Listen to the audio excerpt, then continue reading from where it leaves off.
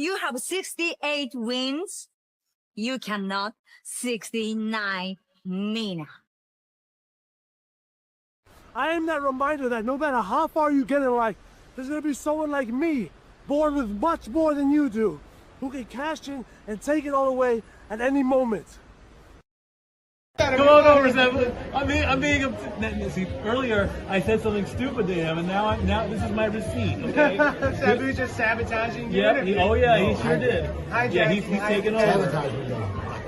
Hijacking is a better word. You're right. Good luck. Ooh, follow the white rabbit.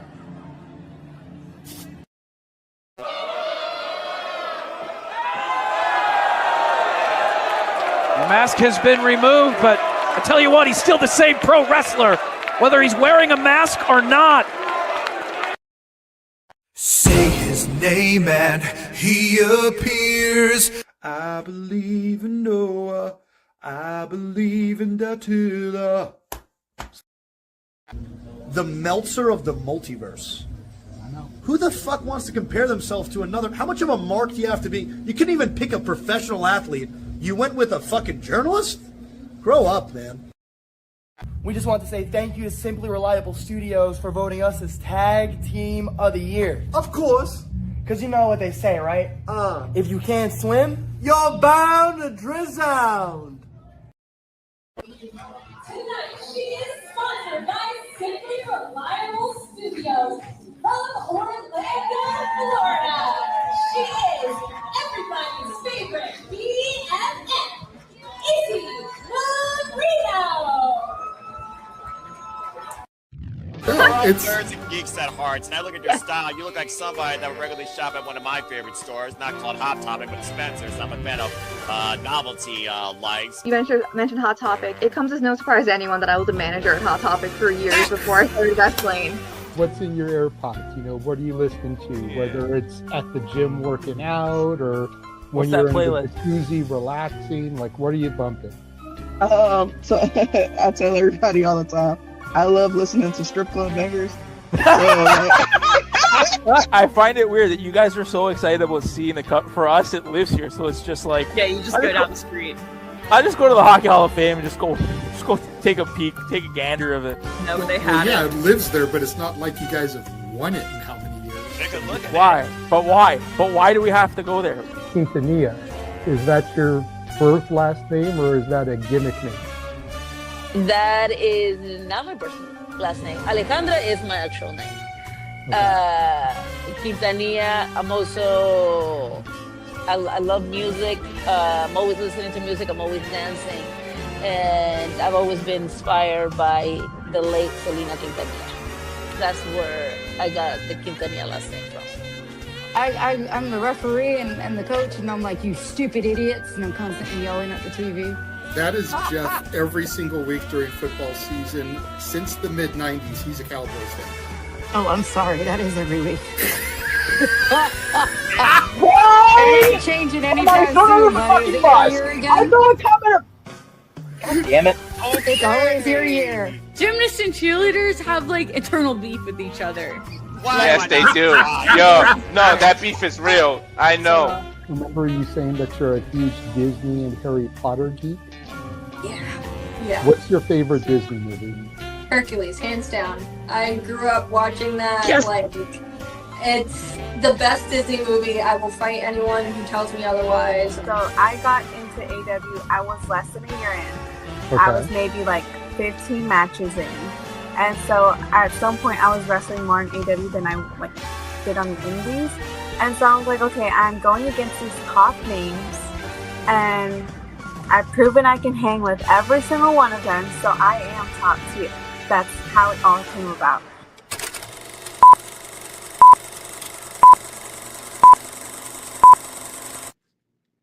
Heyo, this is Jack Cartwheel. You are watching Simply Reliable Studios. Get it? Got it.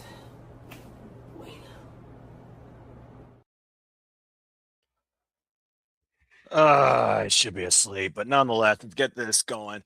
Good evening, everybody, and welcome back once again to the weekly moderate conversation of wrestling madness. That is the Saturday Shenanigans. I am, of course, once again, for some reason, your host for this evening's festivities and tomfoolery. 2 hours flat because I'm not dealing with any crap.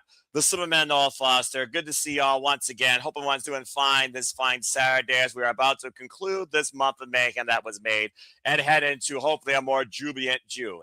Good to see all of you once again. So please like, subscribe, comment, tell a friend. If you want to dictate the conversation, super chat, pay by the passions. It's as simple as that.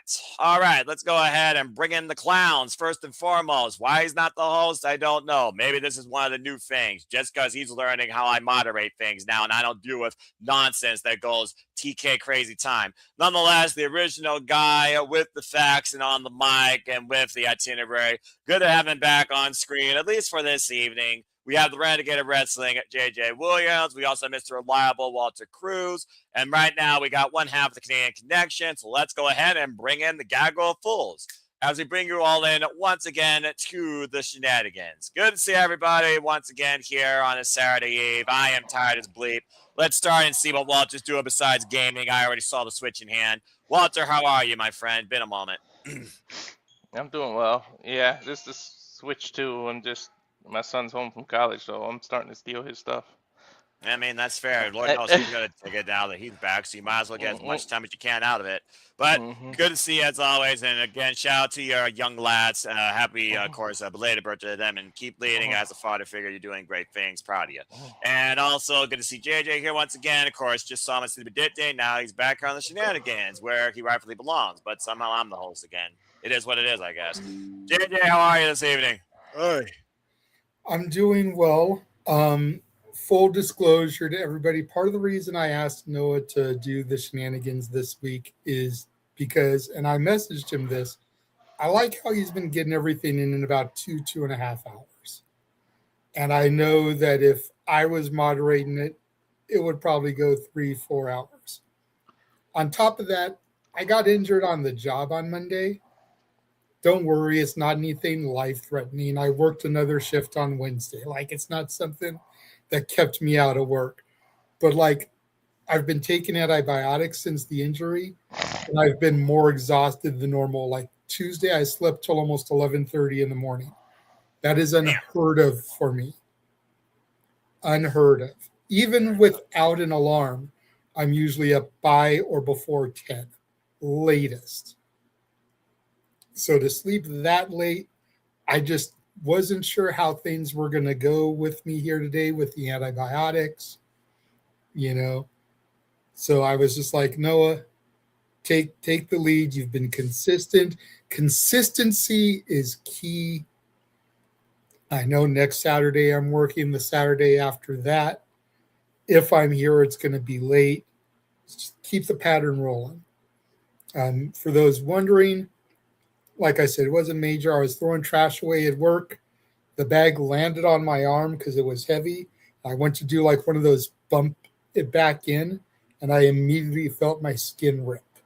There was broken glass or like a knife in there, and it ripped my skin. Not a lot, but enough that they made me go to the ER.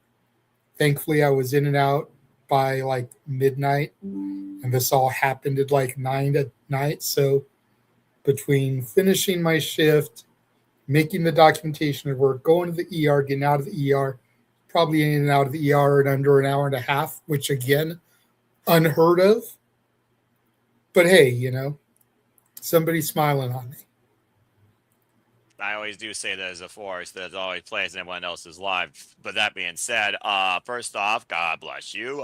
Secondly, don't underestimate what the wrestling business goes through, folks. From the lowest regime, the common men, the common women that provide you the services. Don't underestimate, underappreciate your waiters and waitresses either. And third, I'm glad to know that the hospital and medical system in California seems to be rather stable despite insurance and premium benefits. So glad you're okay. Happy to help a friend. And indeed, I am consistent as I've been going about the 2.5 average. Heck, even on sleep addicting to that point. So happy to assist. And it feels like we are kind of farming it because we're all burnt out too. This is the week of burnout, I think. But glad to see you. Glad you're okay. And glad that you're back here on the Shenanigans regardless, for as long as you can stay awake. That being said, always on the mic, always on the avatar, always here trying to bring the mischief or the Yu-Gi-Oh! Factoid. It's good to have Nick here as well, who's been also picking up a lot of slack lately here in the Shenanigans and also in general in the Civil Studios, including watch-along coverage as we did this Wednesday. And again, we'll talk a little bit about that in AEW, Double Nothing and Fall, since we are now officially with Move, folks. Stay tuned for more on that itinerary. Nick, if you are available, speak your mind now. Forever hold your peace. I'm giving you Trebek 3 seconds to say, how are you, my friend? Joe Hendry. Well, there it is. You didn't even say the freaking trope. You didn't even go the full I believe. You freaking dickhead. I believe in Joe Hendry. I believe in Joe Hendry. And that's truly how tired I am when you consider my mood usually during that. And I'm just saying. Well, I think he was doing that because the new intro that I tried to get you in here for had the intro of Joe's theme, like the actual Titantron, say his name and he appears, but then it cut to his cameo going, I believe in Noah. I believe in Datilla. Well, I'll be honest. I'll be honest. It was none of that. It was just more the fact of I can see that Noah's really tired, and we waited till the 2-hour mark. I didn't want to piss him off, so we'll get out of the way. Just get out of the way now. Fair enough. Raise my ire after the fact before we hit the 2-hour clock. Wise move, actually, for a Canadian. All right, Nick. Well, thank you for that. That being said, how are you? I'm good. Give me 1 second. Did you want to say a random name too? I did. What'd you say? Adam White. Okay, my wife said Adam White. She thought we were saying random names, and she just said Adam White. As long as she's cooking something that's legal and not something toxic to your body, just leave it at that. And she almost fell and hit her head. Okay. Well. Okay. Well, let's not have actual injuries here on the Shenanigans. And I don't have insurance for everybody. No on-the-job injuries here. Yeah, honey, no on-the-job injuries. Okay. Look. Fuck you and your toe. All right. Well, there goes the first one of the night. Oh, how does she handle you? I'll never know. Oh wait, never mind. Honey, how do you? The less I know about that, the better. Know. This will turn into a whole episode of Jerry Springer at this point. No, definitely. It's bad enough he's got to deal with having the Stanley Cup in town, and he hasn't earned it for 60 years. Well, at least you know how his wife deals with him too. Well, she said in that building. She said she literally was in the other room as I yelled that out, and she literally had to come back into the room, look at me, and say, "Drugs." So that is drugs. Walter, you might have another buyer coming up. What I wouldn't give her some melatonin right now and just pass out on the air. All right. Oh, bloody hell. This is the fallout. What happens when you deal with fatigue 11 p.m. Eastern Standard Time on a Saturday evening, folks, after a pay-per-view. But that being said... Saturday. Oh, my gosh. All right, I already missed my bed, so yeah, you're already pushing it. All right, well, without further ado, we got freaking 4 here. We'll see who else joins in before I bid us all fine adieu. We got a simple itinerary here. It feels like, again, we're farming it in before we go to Italy, whoever's joining me on that festivity. So without further ado, Simply Reliable Studios community and Shenanigan viewers. Let's get right into it. We have a nice hat trick of topics for the eve, including recapping Kid Bandit interview and thoughts and takeaways, of course, now that he is now they are retired. Of course, also some stuff regarding MLW Fusion debuting. And we're going to kick things off with not kicking a dead horse, but basically continuing to pat the pedigree of Sagittarius or Seabiscuit or whatever the other horse movie name is when it comes to Double or Nothing, and the fallout particularly thereof. Of course, this past Sunday we had Double or Nothing, where even WWE, insert T-word here, I don't acknowledge that T-word, so I'm not going to say it, but it's been acknowledged on multiple forums and on NoDQ, so we're going to talk about it. Double or Nothing, of course, happened this past Sunday, and the fallout led to 2 Owen Hart Foundation matches on Dynamite, which is what I expected, considering quarterfinals. You have the semifinals next week, at least one, if not the other. We also, of course, had a collision, but there was none on there. And, of course, that 1 hour collision backed up the fact we had a 1 hour collision a couple weeks ago with sports scheduling. Fairway to hell, in case you're all wondering, which is why you still had a normal 2 hour collision on Saturday, because we're balancing time needed, time used, time expected. It is what it is when you have a TV deal, folks. And then talking about, of course, outlook of women's wrestling here, we have Taiji going after the tag team champions. They had a little 72-second bout. They had a backstage segment where they were assaulted, and I believe they had a 5-minute eliminator non-collision. Remain hashtags for it on collision now if you can, because I haven't seen it, and I'm sure others haven't either. And they're already talking about the wild card, but people are already thinking that the wild card's exposed. I don't know what you've been buying into, reporting or rumored, but we know that Alex Windsor will be challenging the wild card on Dynamite this coming week. We also know that MJF has a whole different sorts of challenges on all sides. Mark Briscoe, of course, who previously beat him.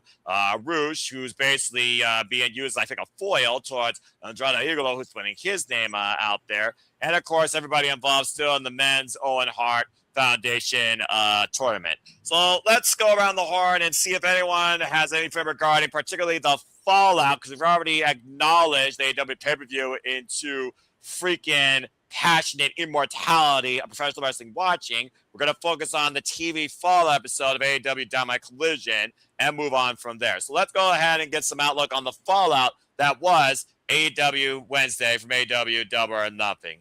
Nick, since you're on the call with me, and again, God bless you for enduring that 3 hours. We were supposed to go for 2, but again, we kind of flipped the script on that because we're in that mindset, and you and I were definitely on the verge of falling out, pun intended. What's your outlook on what we got Wednesday night on AEW Dynamite regarding the fallout from AEW Double or Nothing, progression of the Owen, outlook of the AEW Men's World Championship, and anything else in your mind? Go ahead. Well, I'm going to start by saying one of the biggest takeaways from that night is, I don't think, like all of us, and don't play it, a lot of us believe in Joe Hendry. A lot of us believe, we have that belief. Yes. One thing that AEW doesn't have is belief in Manitoba. I don't know. I don't know what this thing is with Winnipeg and Manitoba and just them not believing in it. I wish Manitoba was more lucky. I don't know. It's just, yeah, it's fucking Winnipeg, right? Like, why would AEW go to Winnipeg? Like, it's crazy. You're just you realize they're gonna unleash a beast, a bat of all things, once she gets here. Okay, that bat's gonna turn into a gargoyle and freaking rip your head off if you're not careful, bruv. I don't know what y'all are talking about. But in any case, maybe just some redemption or something. I don't know. But the you're gonna Wednesday need to be night redeemed show, after this. Probably the Wednesday show. Okay, if it was, I have my outlook on it in 2 separate ways, and go for it. Somebody said it best. A certain Chi-Town Smark from Chicago, I think, said it best. With this being I don't know why Ash is calling me a dickhead. I don't know. Because you are one. Subscribe. I don't know. Subscribe. For this being a Dynamite, like if this was just a Dynamite, I'd say it's serviceable. It was passable. Wasn't like blow away. Nothing crazy to go home about. The matches were good. They started they started setting up stories. Some things hit for me, some things missed for me. Some things I feel like Tony is rushing, and we'll get to that as we talk about it. As a after show or as a post show, coming off of what I think is universally called, one of, if not the greatest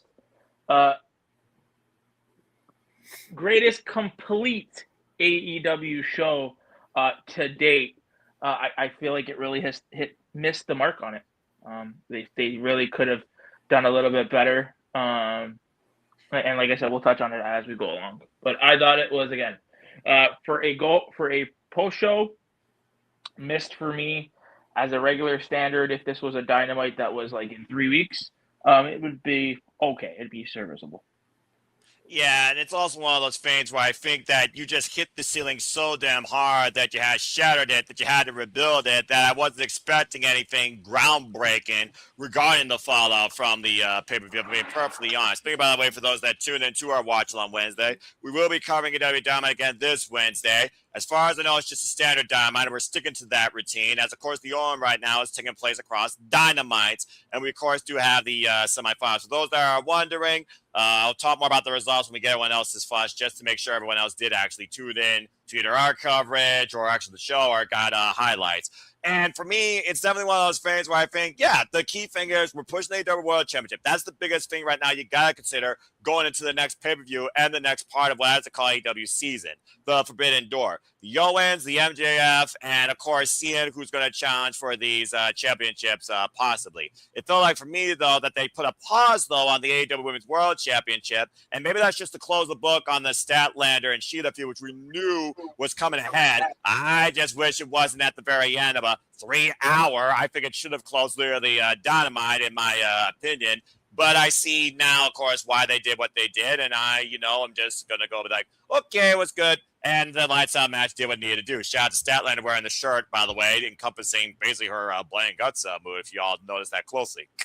And as far as everything else, yeah, I mean, there was some subtle fun. There was some subtle, of course, opponent awareness now that has definitely built some new rivalries to expect, especially when you looked at Cage and Cope, who they were confronted by.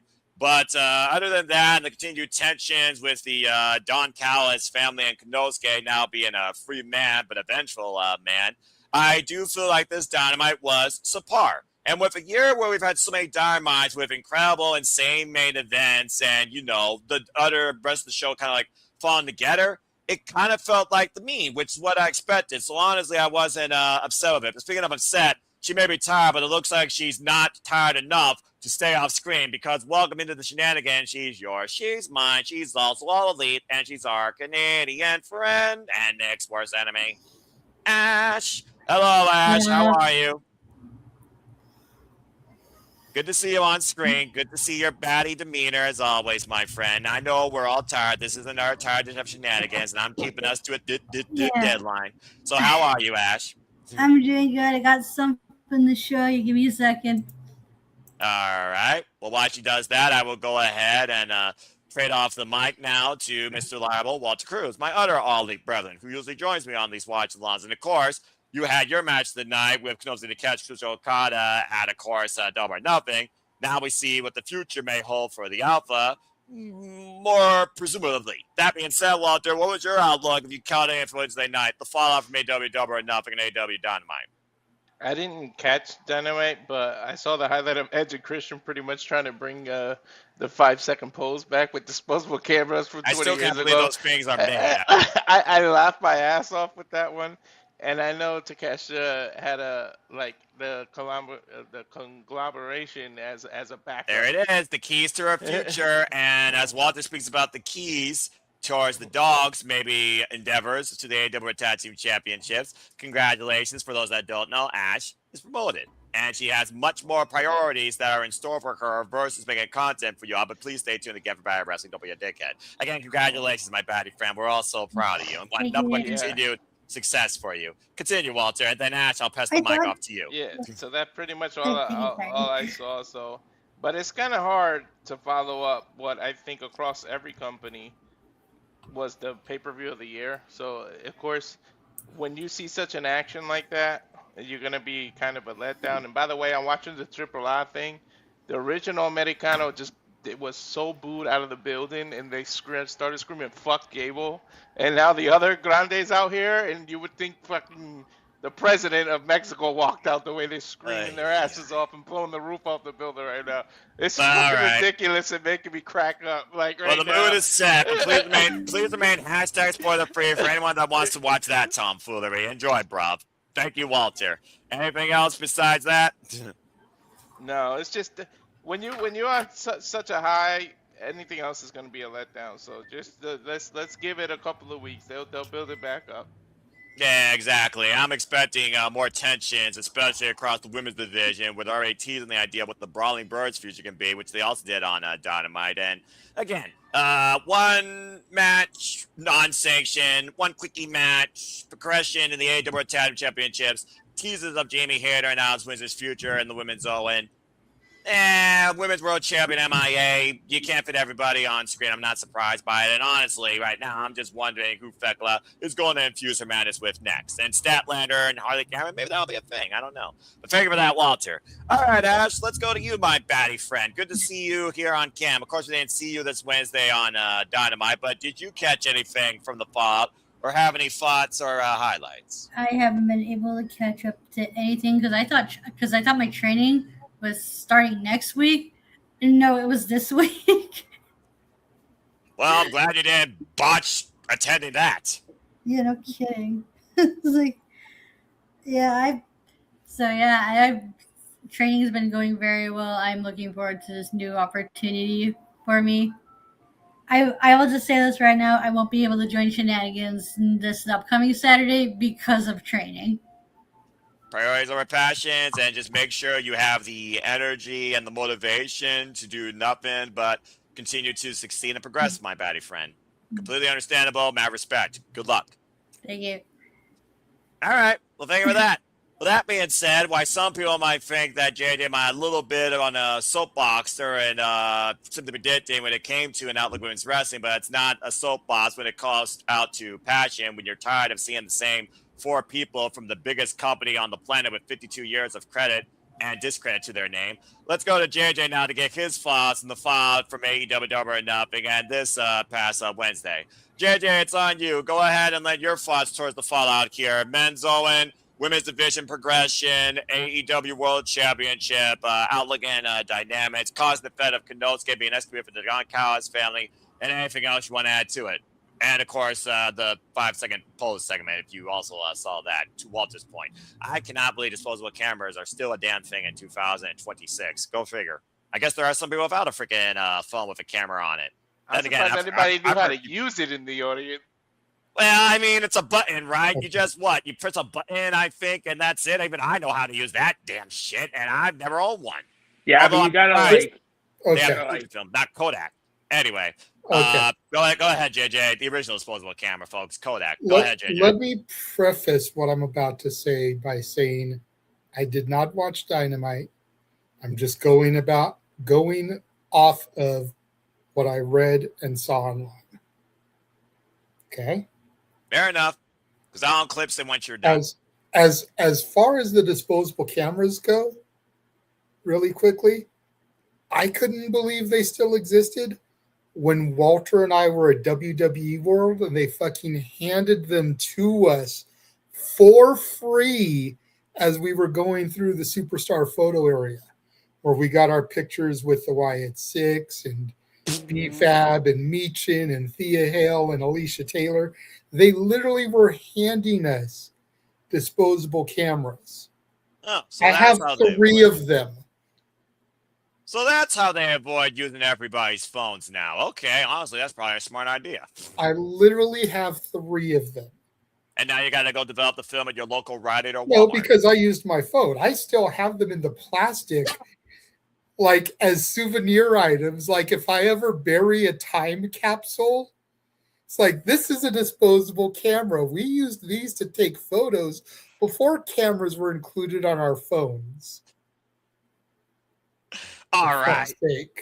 What the hell? It's 2026. Are you kidding me? Yeah, we used these back in 2006. Right. Anyway, continue. But I digress. That's your history lesson tonight, folks, courtesy of Professor J.J. Williams. Continue. My 2 biggest issues with Dynamite from this week have to do with the women. Go for it. First and foremost, 72-second squash match is abysmal. There is no reason for that. None. I can't tell you how many matches I have watched on AEW Dynamite, Rampage, and Collision that should have been 5 minutes or less that got fucking 8, 9, 12, 16 minutes. 72 seconds, go fuck yourself. Mm-hmm. And for what? Are TJ going to actually dethrone Divine Dominion?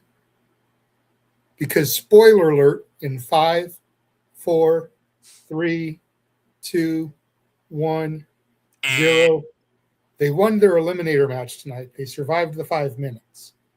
They're getting the shot against Divine Dominion. Okay, then. So if they lose, what was the point? Meh.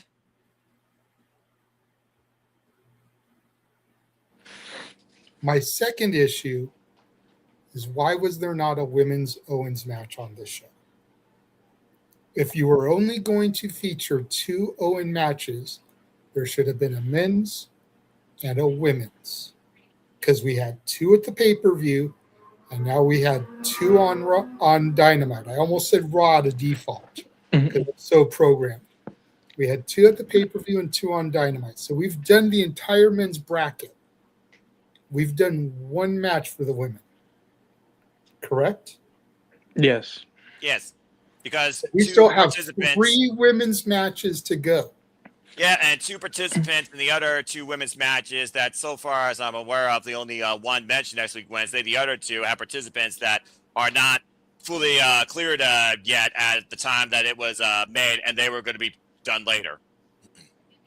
Okay, so I think they basically just started with the men and just do the women second. But what does that say about the women? They're second to the men. And on top of all that, we're shooting our load with the wild card next week. We're Jason Biggsing this shit in American Pie.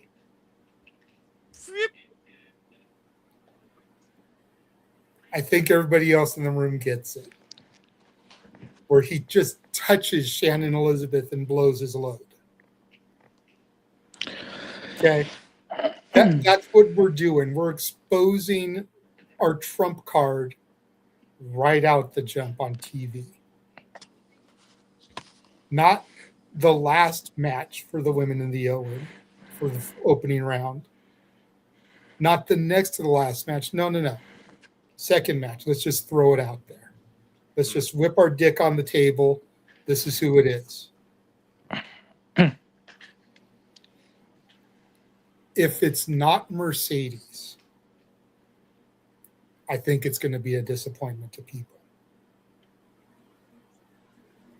Now, I've heard chatter about other names that it could be. And while I wouldn't be so disappointed in some of those names, because everybody knows how I feel about Mercedes, and her not being in this tournament, so she has to lose the last belt that she has to complete her downward spiral would be poetic. I just don't see it. But other names being thrown around are Charlie, the former Dakota Kai, Priscilla Kelly. Like, there's some heavy hitters, Zoe Stark, that are being thrown out there as being a possible for this wild card. I don't see it. But if we're going to do, it's just dumbfounding to me. And I think it goes back to the point that Nick brought up. Yes, he actually said something smart, people. It does happen occasionally. I'm sure his wife will attest to it. Honey, I'm smart. I didn't say that. I said you say smart stuff occasionally. Well, even a blind squirrel can find their nuts, and a broken clock is right twice a day. Continue. I was just going to say, even a broken clock is right twice a day. And we like nuts. So I think a lot of it has to do with Tony being a little bit too exhausted, trying to do too much. I mean, we didn't even know the card until Tuesday. granted, we're coming off a pay-per-view, but usually he's got a couple of matches out there Sunday night, first thing Monday morning. We literally knew nothing until Tuesday, going into Wednesday. And to Nick's other point, when you're coming off a show that was as hot as this, you want to follow it up with something, even if you can't equal it as hot, right in the same margin. You know, if your pay-per-view was a 10, this Dynamite had to at least be like an 8. And from the response I'm hearing from people, this was like a 6.5. Yeah. And that's being gracious. So that's where my biggest issue comes with this, is the 72-second squash match. That if TJ don't win the titles, what was the purpose of it? Mm-hmm. Especially with Allie having come off of Lone Stone in that publicity, coming off of leaving GCW and trying to establish herself outside of her home promotion for the first time in like 5 years. Yeah. And you're going to do her dirty like that? All right. I don't know, Noah. Maybe you can present some kind of counterpoint to me, but like, it's stuff like that leaves a sour taste in my mouth. Yeah. I mean, that's fair. I think that's justified as a fan that wants to see the progression of the women's division and other names move forward and also not be kind of lost in the shuffle in the development. And again, TJ are one of the original AEW, if not the original AEW women's tag teams. But much like I look at New Japan and Stardom, it just feels like a Stardom booking. You hang with the champion or you hurt the champion's pride, you call them out for a challenge. You basically are put in line to challenge for the titles, if not during a major show on the road, the next major show on their schedule. And, of course, right now, the next major show for New Japan, outside the Best Super Juniors tournament, will be, of course, Dominion. Stay tuned, folks. We'll be covering that. So before I go further, elaborate into my outlook on Dynamite and give you all the track rundown, Nick, I do see your handler. Sounds like you want something to. Sounds like you have something to say to respond to what JJ threw down. Go ahead.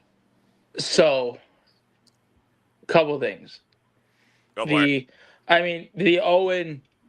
You guys know how I felt about it with the women's bracket. The fact that we had who we have in this bracket, I think, is a little bit nonsensical in and of itself. To the point of the women Owen matches not being on Dynamite. The one match, just to put into context, the one match with the wild card and Alex Windsor, that, I mean, yeah, I think, I don't know why that wild card wasn't on this week. The fact that it was moved off of Double or Nothing and it's going on Dynamite leads me to believe that it's not a name like Mercedes. I said, while the names out there like Charlie, they sound great. Maybe I can see it being Charlie. If you're expecting anybody from the recent releases of talent, that's not happening. So if you're thinking Zoe Starks, not happening.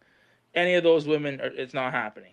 The only name that makes any logical sense besides it being Charlie would be what's her face from TNA that asked for her release and got it granted.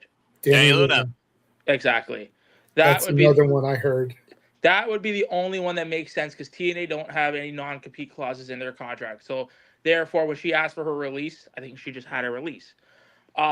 So lends me to believe that maybe it's a visa thing and they're trying to get her visa. Priscilla Kelly, maybe. I mean, yeah, I can see it.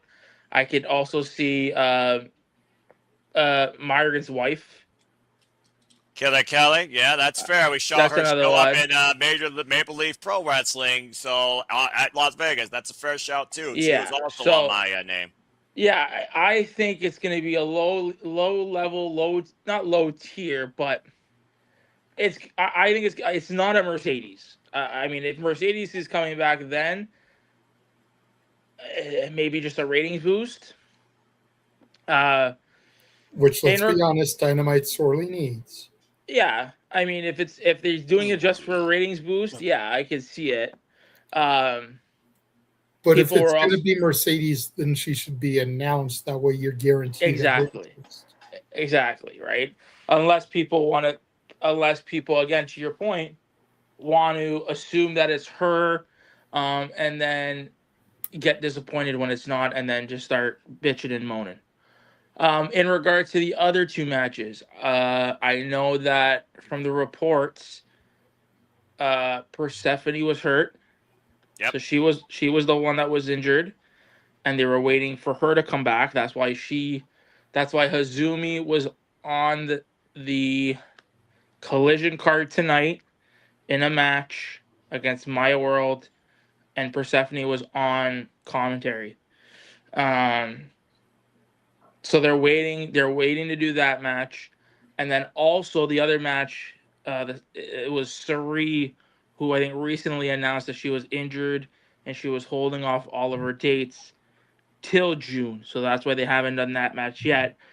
But then again, it goes back to what I said in the beginning. Why the fuck are we putting in people who have no business being a part of this? Forbidden Door season or not, those two women, and to a degree, Persephone, have no business being in an Owen Hart tournament. That just shows me Tony don't know what the fuck he's doing. Not when you've got the people like Megan Bain, Lena Cross. No, there's no excuse. And if Megan and Lena Divine Dominion are going to lose the titles at Forbidden Door to TJ, that frees them to be open to challenge for the world title at All In. I don't see that happening. Well, this is just throwing it out there because I know there's a lot of contention with people and double belting champions right now. So you defend the titles at Forbidden Door to TJ since they won their opportunity. They lose the belts to TJ since they're the original women's tag team. And to my point, otherwise, why the fuck did they beat people in 72 seconds if they're not going to win the belts? Well, then you free them up to potentially challenge for the title at Wembley. Yeah. You know, without getting, double belting. Yep. And you're right. But I think actually, and I mean, let's be real, I don't think anybody has. I mean, it is what it is. You guys can be mad at me after. We got announced tonight that the TBS title will be defended in a survival of the fittest match. Interesting. Now, do they announce the participants, or are there going to be qualifying matches? There will be 6 qualifying matches leading up to when that match takes place. And I think from what I understood is that 6-way survival of the fittest match will be on a Dynamite. It's not like it's going to be on a Forbidden Door. From my understanding, I could be wrong. Okay. So if that's the case, and that's going to be a survival of the fittest match, well, then you want to, drum up that hole that is the TBS title. At this point, you might as well take the titles, those tag team titles, off of Divine Dominion. You put them on TJ, and that way you have Megan Bain going after the TBS title, and you have her be the next TBS champion. I think that solidifies that title. And then, I mean, TJ has the tag team championships. They were the original. Let's be real. They were the original women's tag team in AEW. Let's not kid ourselves. Give them the championship. Let them run with it. See how they do. But yeah, I think I don't know. I just with Tony's booking sometimes it infuriates me to no end because it's like, again, to your credit, 72 seconds. Like we can't give these women feuds. Like you started something with Stat and Sheeta. I mean, like that. Like give us. I've always said it. I don't know how many times. Yes, AEW is a wrestling first company. We like our wrestling. I get it. That's the focus. But we're also telling week to week television. Give me a reason to be hooked onto the television. I don't know why. Again, the in-ring product, you can have it. It's all about in-ring styles. I get it. It's all about the in-ring work and the wrestling. But give me stories behind it where I can actually be invested in it. Because at some point,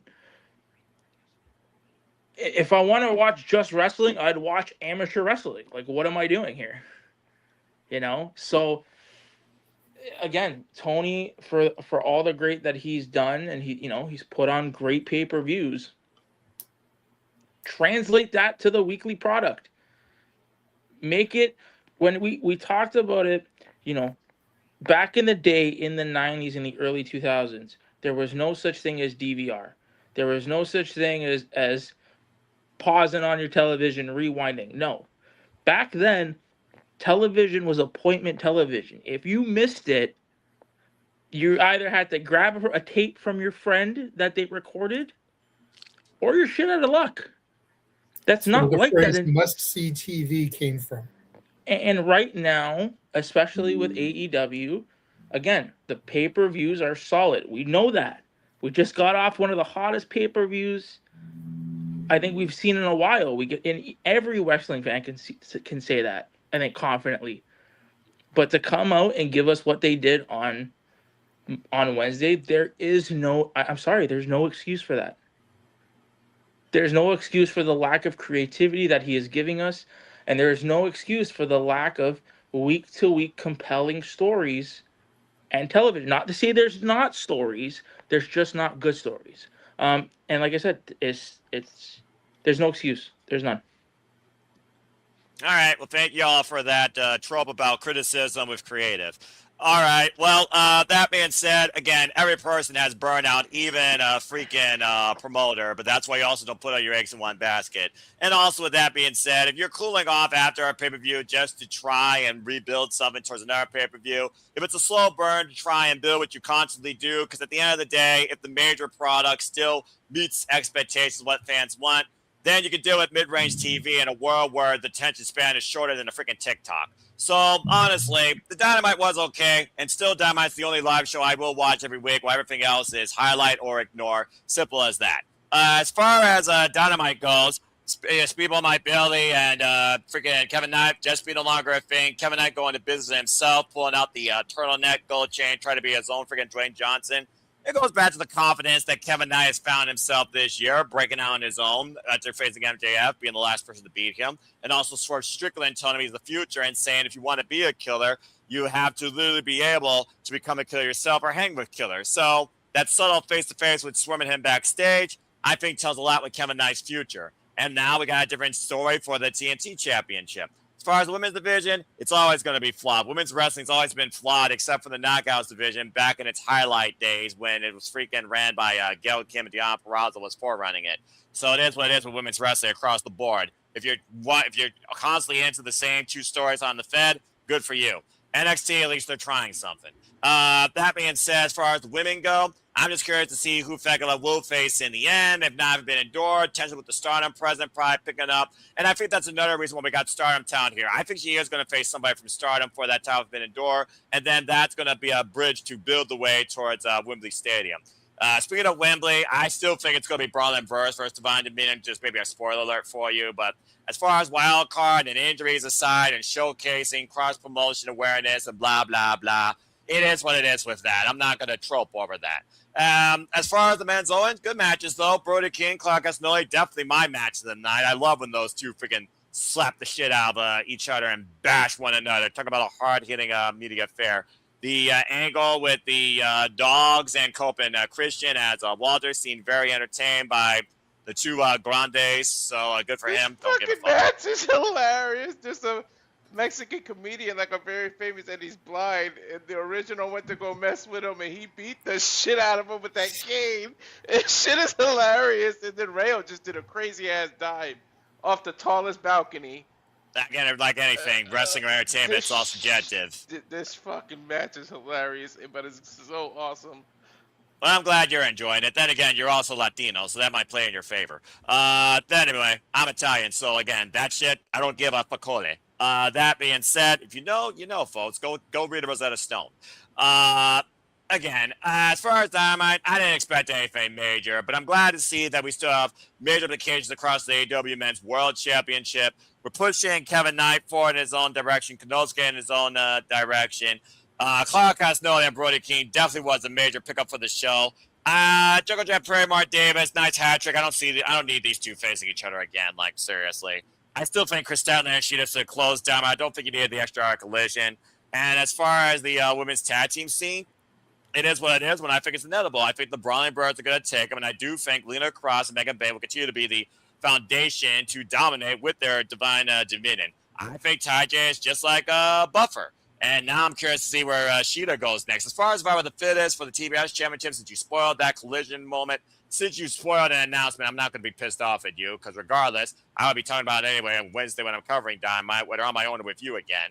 Survivor the Fittest, folks, is a six-way eliminator match. Keyword eliminator, not a scramble. It comes down to the last person involved via pinfall or submission inside the ring after all others are eliminated. That will be the brand new TBS champion. Okay. Well, I'm hoping it gives a lot of promising young female talent on the AEW roster a chance to break out and be the new face. Right now, Megan Bailey to Cross, they got their place. I would not be surprised to see. Mina's going to be in it. Please. What? Please tell me Mina's going to be in it. Because if they don't know who's going to be in it. Mina, no, you just want to see Mina as champion. You just want Mina, all right? I understand. We all want Mina. I mean, if it just came off of Willow, it's kind of like, give it to from Mina one now. Smiley to another. Yeah. You're right. But see, Mina's been on a losing streak. Mina hasn't won anything that matters to justify being that champion. Exactly. So, again, the jury is out. I think Zeta Steel has more wins than Mina Shirakawa does. You would be right. And her and what's her name? Viva Van, the Hell Bent deal. Not a bad tag team. And also, honestly, Zeta Steel, I think she could be a great TBS champion. Maybe Julia Hart's involved in this too. Triangle Match trying to take over everything. Of course, Tekla has been very vocal about face maybe Sky Blue. So at least, again, there's aspects. But I'm not expecting anything from TV to be like, must see, tune in, don't want to DVR it. That's just not the day and age we live in. If you are looking for that in your product, you're going to be highly disappointed. Be content in what you see, or just find a way to look at the highlight for the only thing that means anything. There's a reason why the only thing from the Fed I look at involves pretty much Lyra Valkyria, where I'm waiting to see her get out of the Bailey mid-range tag team vortex that her and Bailey seem very content with, and both those women deserve better. I've had enough of the Judgment Day tell for freaking 1 century. But yeah, as far as Dynamite, it was okay. Didn't need the extra hour of collision. I'm curious to see how we get violent in the Cajun Cope and the Dogs narrative now for the tag titles and the AEW Men's World Championship. Bruce versus MJF. Okay, tell me that's not a freaking red herring for Andrade to face him eventually. Don Callis family imploding. I think it's going to happen sooner rather than later. And if I were to say go see one thing for this Dynamite, it's definitely for a match. Clark Casnell, Brody King for a segment.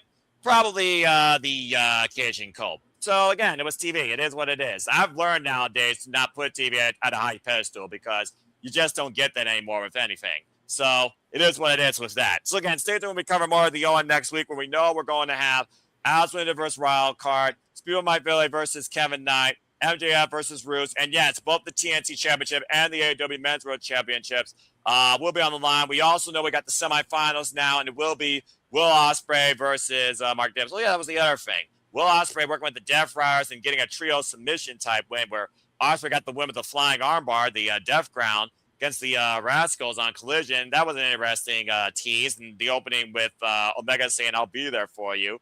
Omega, Ospreay, Moxley, together, triple threat. Okay, see what you're trying to tease there. So, again, wait to see what happens. But Dynamite, it was all right. And at least I'm actually seeing, Double or Nothing concluded. Let's see some new stuff. Okay, some new stuff. Still need to do more with the women's division. Then again, the entire wrestling business needs to do more with women's wrestling. And they have yet to still do that, which is why the only thing I give credit to is Stardom.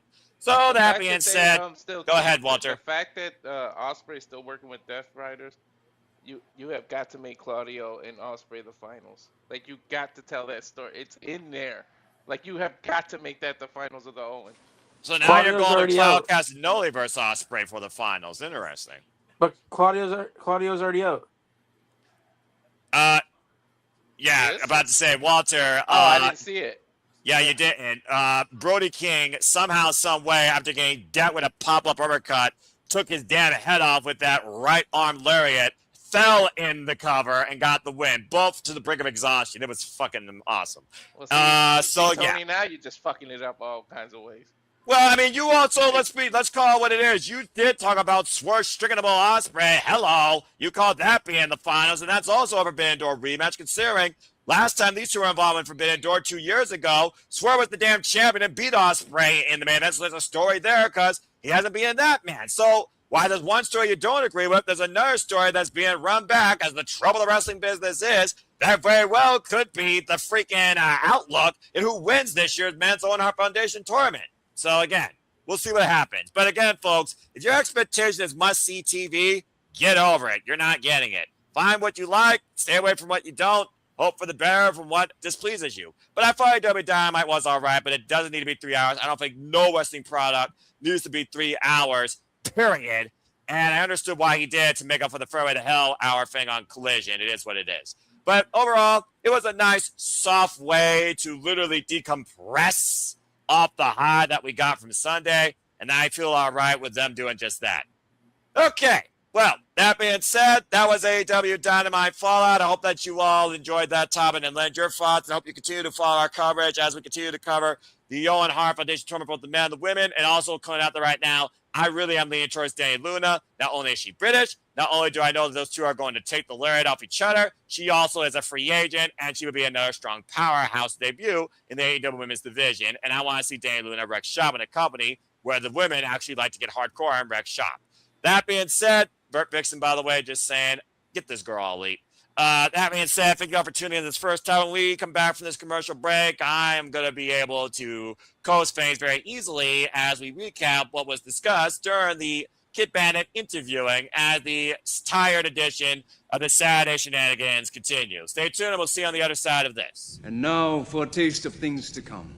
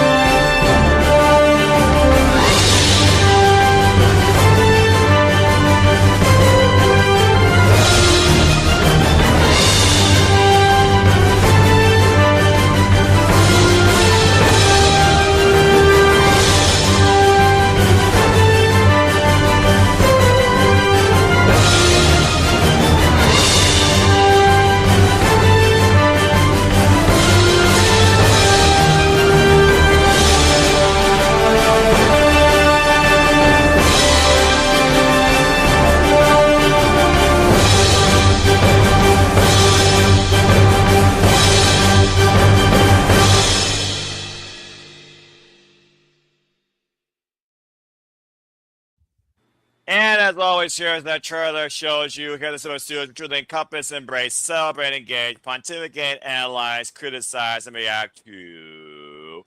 Oh, God bless this damn sinus headache. Oh, Lord, forgive me. the wrestling. And welcome back here to the tired edition of Saturday Shenanigans, brought to you by melatonin. If I could take that with my heart medicine, I would. So thank you all for tuning in. Please like, subscribe, comment, tell a friend. Continue to be part of the conversation. If you want to dictate it, super chat, pay that patch. It's as simple as that. As we segue into our second topic, of course, we continue here to bring an outlook and a beacon and a spotlight towards all the great men, women, workers, promotion promoters of professional wrestling with our recent interview endeavors. This past week, we were able to have the fortunate pleasure of interviewing Kid Bandit, not only who recently retired from the business, but decided to start their own promotion. And this promotion, of course, will bring a different highlight on the uniqueness of the professional wrestling business. So with that being said, I am now going to trade it off to spearhead this section of conversation and give some cliff notes and highlights on the interview to the Renegade Wrestling, JJ Williams. So JJ, talk to us about what the interview was like with Kid Bandit this past week on Mid-Range Shenanigans. Go ahead. First of all, I want to say a huge thank you once again to Kid Bandit for giving us almost 90 minutes of her time. Very fun interview. Another SoCal resident, living out in the LA area. So while for me it was a very windy, like 50-something degrees, and for Walter in NorCal, it was actually kind of rainy. It was beautiful blue skies and sunshine where Kid was. So she went outside, was just kind of chilling on her lawn and shit. Like, as people do. It was just fun. It was probably the most casual conversation we've had with somebody because of the surroundings for her. I know Nick was a little bit booty jumbled because I didn't get his signature question in. I didn't ask what she does or did technically for a pre or post match meal, which the fact that she's now retired may have been why I didn't do it, because she no longer does pre post match meals. So that may have been why it slipped my mind. Justified. But we do have the signature questions that we try to get in, and that one slipped my mind. Came at me in the chat about it, so apologies again to him for forgetting his question, but No, I was just kidding, buddy. I was just kidding. I know you were. Are you offending people? No, By no means was I offended. I'm just fucking with you, bro. No, now my wife says I'm being a dick. No, I was. I swear to God, we like. You already hit that milestone in the opening tonight that brought our Canadian friend Ashton. I'm just saying, he already got his dick moniker. Continue. What do you mean? What did I do at the beginning of the show? You know what you did. Talking about how AEW has no respect for Manitoba. No. I never said they don't. Well, I mean, it's Manitoba. It's recorded, dude. You can't deny it. The only good that came out of Manitoba is what? Yeah, it'd be Ash. That's it. That's like the only good thing. Other than that, what's good about Manitoba? I know it's cold. It's wet. Thanks for ruining any interview we could have had with Jericho ever. Yeah, way to go, dickhead. Oh, yeah, that's right. And Jericho and Ciampa, now that's a thing, guys. This is his moment, apparently. If it weren't for Manitoba, none of y'all would have power. You're welcome for the motherfucking Hydro. Really? Wait, according to Ash, we wouldn't have Hydro if it wasn't for Manitoba. Oops. My bad. All right, this is not a Canadian debate. This is a interview recap, so shut your face. Go back to JJ. Hey, listen, if it wasn't for Ontarians, you guys wouldn't have. Never mind. Yeah, I wouldn't say that. I don't know what you guys would have. All right, well, he wasted his 3 seconds. JJ, continue your thoughts in the interview. Good job, honey. So, I also want to thank Carlos for joining us for the interview. It was nice having another person on the panel who represents the LGBTQ community and was able to broach the interview from that aspect. But Kid, very gracious, like I said, gave us almost an hour and a half. We talked about growing up poor in the Philippines, how she didn't even discover professional wrestling until video games. Here Comes, or Know Your Role and SmackDown versus Raw 07 were like her introduction to pro wrestling. Good choice, sis. She retired after only 4 years in the business, which blew my mind to know that she'd only been in it for that short. I thought she had been in it a little bit longer. Not much longer, but I thought she was closer to like a 10-year vet. No, I remember Kid Bandit when we first talked to her as part of ATW in the early days of our Family on the X in the pandemic. She was just like starting in the business. She did say that she's hoping to start a professional wrestling school and that she does not want to be the person running her new company. She's kind of right now the default person doing it because she's the one with the funds. But if she can be like the silent money person and let somebody else with the knowledge take over the reins, she gladly will, so that she can focus her time and attention into training. That I found very interesting. And Walter and I were both like, well, we don't have promotion experience, but if you need a booking team, we've been told that we've got great creative ideas. And she was like, let's survive our first show first, and then we'll see. So, you know, hey, whether she was humoring us or serious, there could be a potential opportunity there. Good luck in that. We did have a conversation about anime.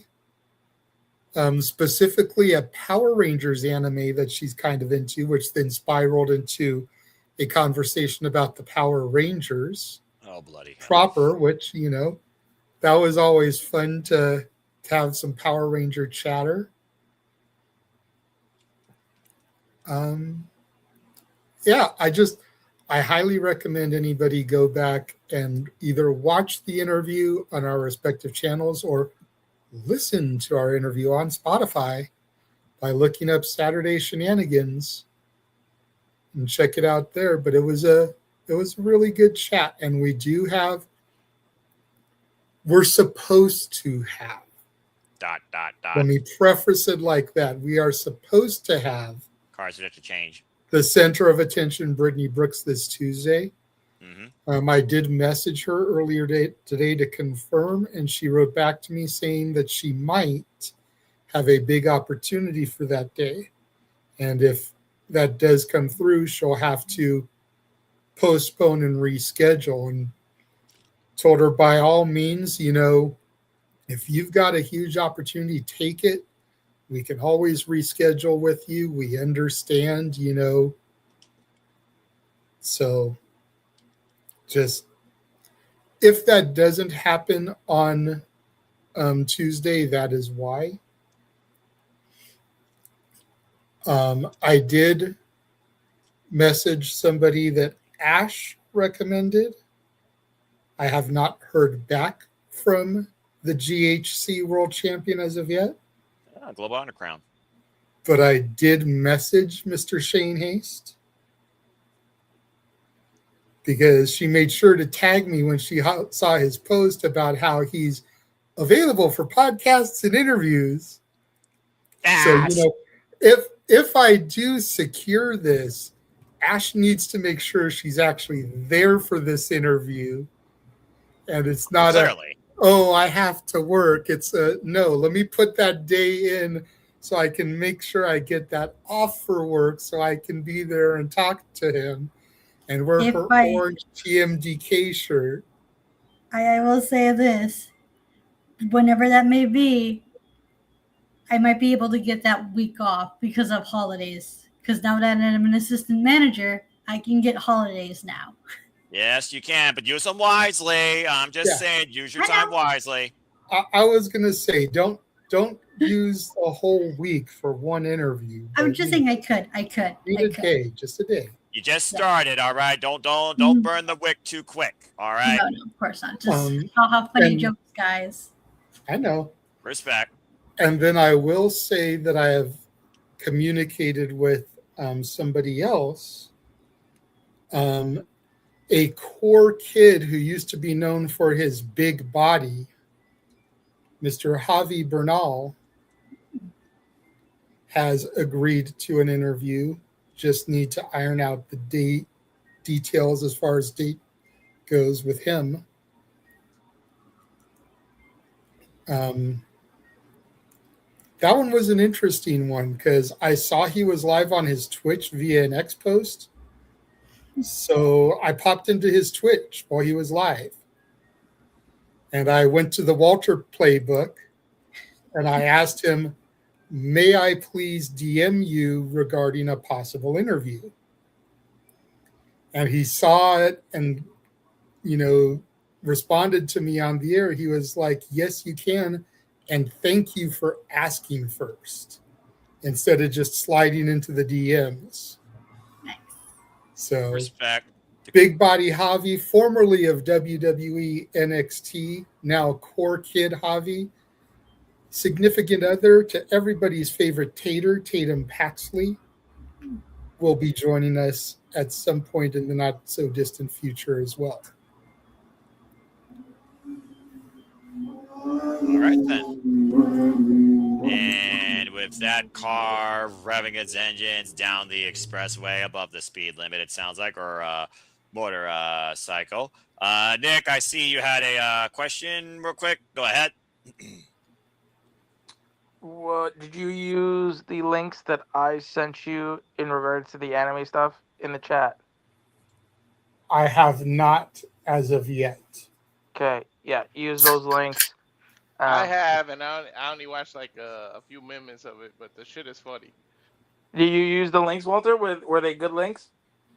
Yeah, a thing pops up, so you kind of gotta X out of it a couple times to actually get it. Like, but I'm used to that because I what I used to do before the SR Studio, so I already know. Yeah, those are the two links that I use for all my animes. It beats paying. No offense, love pay for services. Yeah, but I mean I ain't paying for Crunchyroll. And then the second thing is with all of these announcements, I'd be remiss to say that we had again a great time at Hitting the Turnbuckle podcast, and those are boys for life, and that'd be great. But if you guys know any podcasts, rock solid, Wrestle Junkies, that you would like to see us collaborate with, you should hang them in here and tell them that the Simply Reliable Studios want to work with you. Cheap plug. I mean, he's out of line, but he's not wrong. He's not wrong. The word of the year, as he said, is collaboration.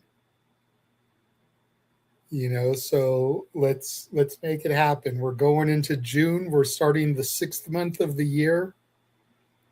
And we're on a roll right now. Let's keep it rolling like Fred Durst and the rest of Limp Bizkit. Because I know y'all be loving this shit right here. Okay. Thank you for that cheap plug, Nick, and endorsement, of course, for what we do here. Again, folks, you are tuning in for the first time ever. Follow us today at SR Studios 2024 on the X. Some point we will kill that bird and get the appropriate symbol here. But in the meantime, you know what it is. The bird is the word. I told you that on Simply Predicting. The Trashman told us that years ago. And that show is also fucking stupid for bringing that back. And I'm not mentioning Family Guy. I was going to leave that out of it. But the Trashmen still made that song in the 60s.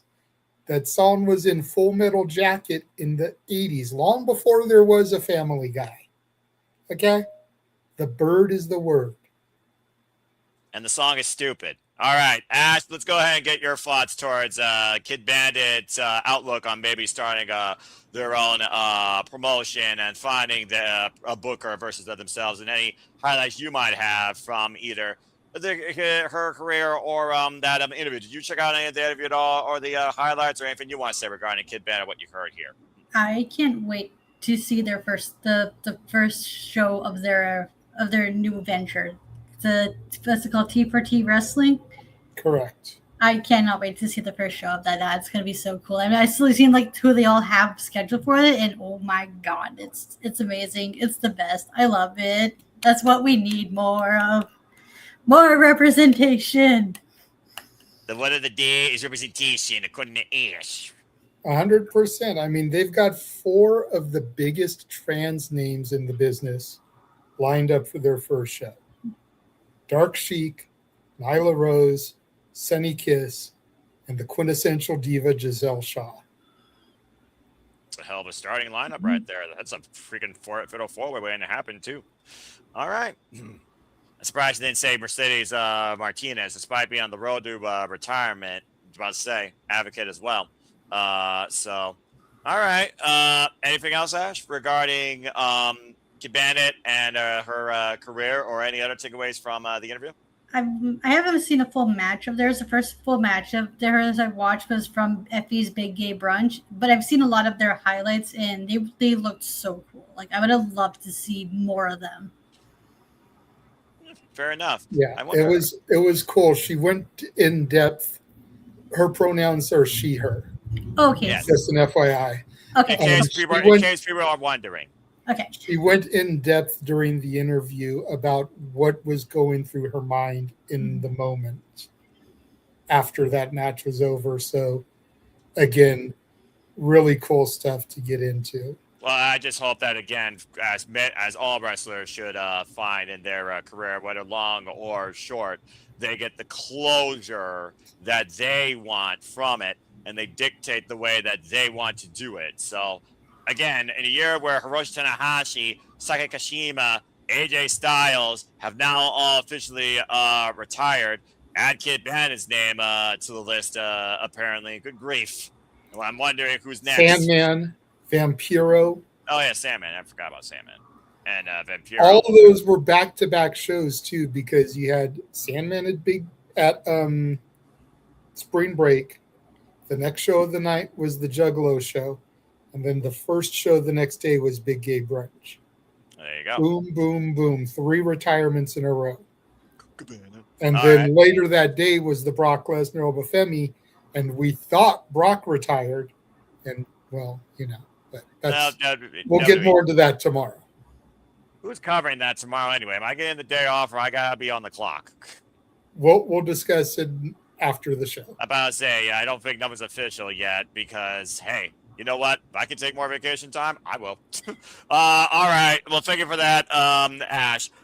Nick, despite the fact you've already kind of chilled what we do here in interviews, why don't you go ahead and shed any thoughts and lights you have from the Kid Bandit interview and the outlook of this promotion that she wants to bring forward? Go ahead.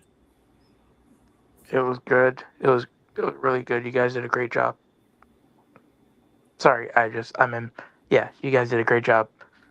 Very solid. Great questions. Missed my question. It's okay. I still love you guys. Other than that, it was a great show. You still bring it up. You still bring it up. I still sense a little bit of saltiness. You still bring it up. Well, yeah, All right. use the chick on the Morton's bottle. Anyway, it was good. It's very good. Yes, it was very good. It's very good. All right, got it. It was good. Very simple expression. It was good. I have a question for Nick. Go for it.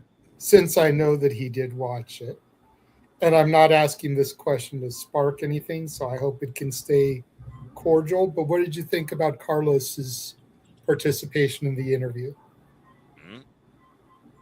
It was great. Very thorough. Okay. All right. All right, and with that, Walter, were you part of the interview, or do you have any takeaways or highlights? And what do you think about Kid Bandit starting her own promotion? I'm glad she's doing it. As an ally of the community, it's good. It's good to have a safe space, especially in wrestling.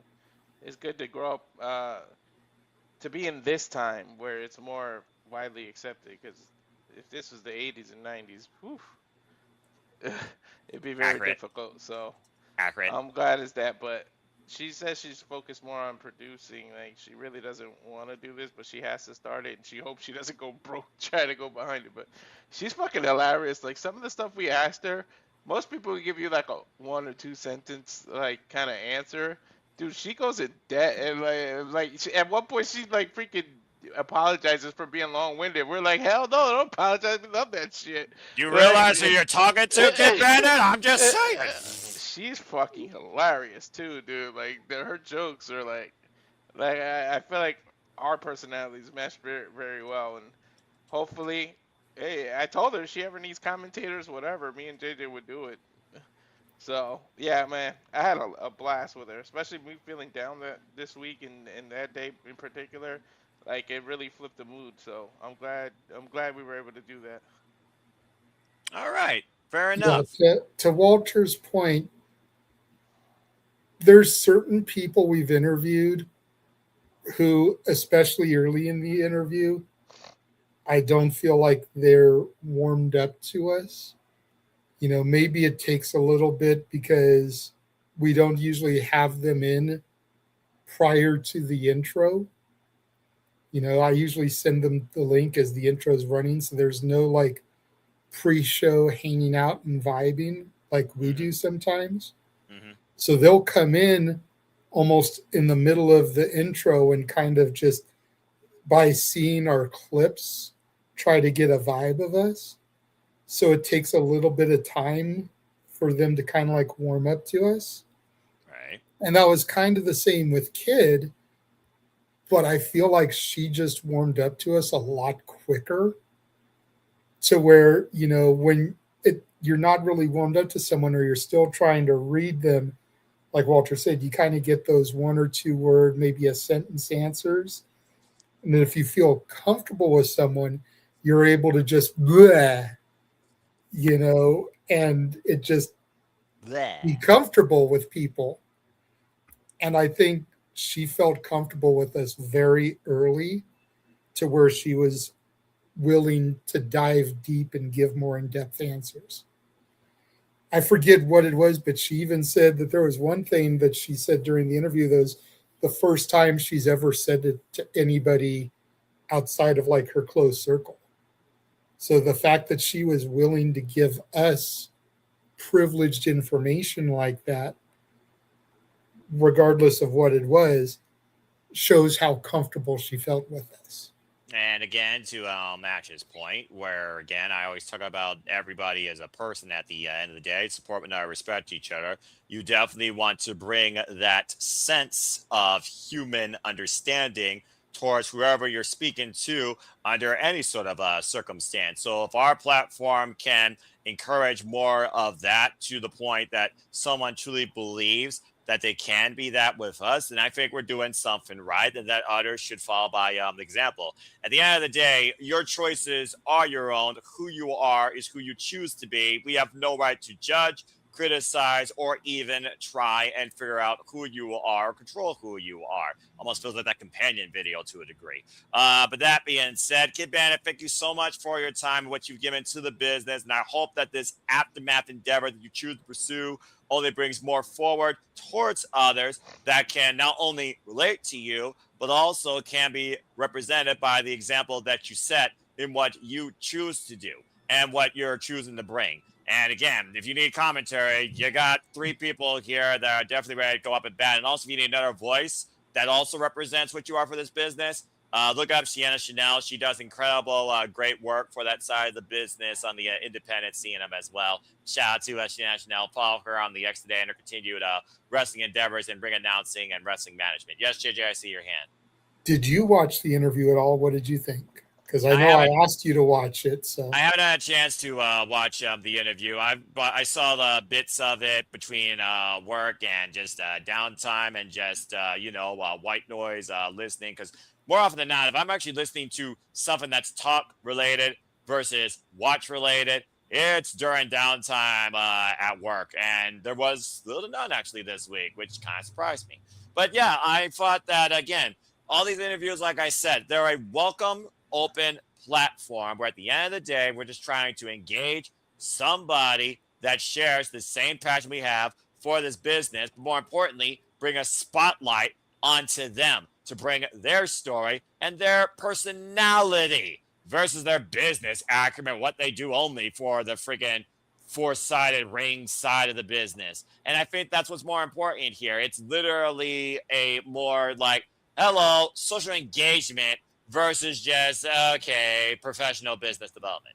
And I think that's what also helps us stand out. So again, if you want to look more at those interviews, whether it was against Kai McKenna, Jasmine Allure, Kayla Lopez, everybody you saw in that intro, Rachel Lay, the list goes on and on. Alejandra Quintanilla, of course, and going all the way back to even one time when we had Mr. I Told You So himself, Gino Rivera. You can find all that here in the archives, the Saturday Shenanigans, and of course, past lives of this podcast on YouTube. And of course, all our recent interview endeavors with also not only wrestlers, but promoters on Spotify. Just look up Saturday Shenanigans, use the hashtag Saturday Shenanigans, spread the word, be part of the conversation, and let people know what we represent and what we hope to bring forward here to the wrestling business at SR Studios 2024. And that's not an insult, that's just a fact of life.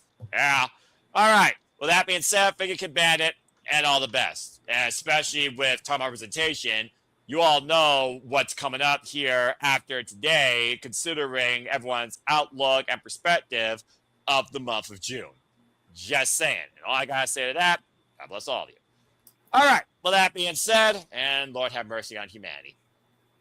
Let's go ahead and move into something else that may be a wild card topic here, or this might be one of the shortest, we tired as fuck edition of Shenanigans, which I'll be perfectly fine with.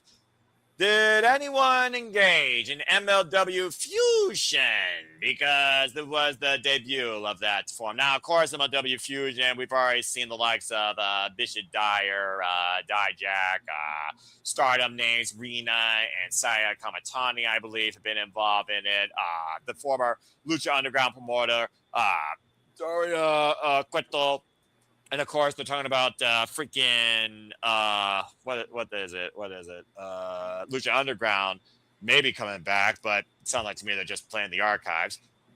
So it is what it is with that. But MLW Fusion, of course, had, I believe, a 2-hour show for free on YouTube. And of course, YouTube has been their forum. And the match card was as follows.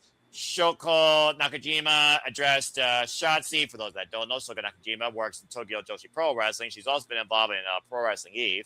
Samaya debuted. Scarlett Bordeaux was in singles action against Leah James. Leah James, of course, who was also part of the collective, also named from the UK. Shotzi versus Priscilla Kelly. Oh, look at that. Chemical X. Austin Aries, there's a name you didn't know or thought that you wouldn't see back in the ring again, versus Karen.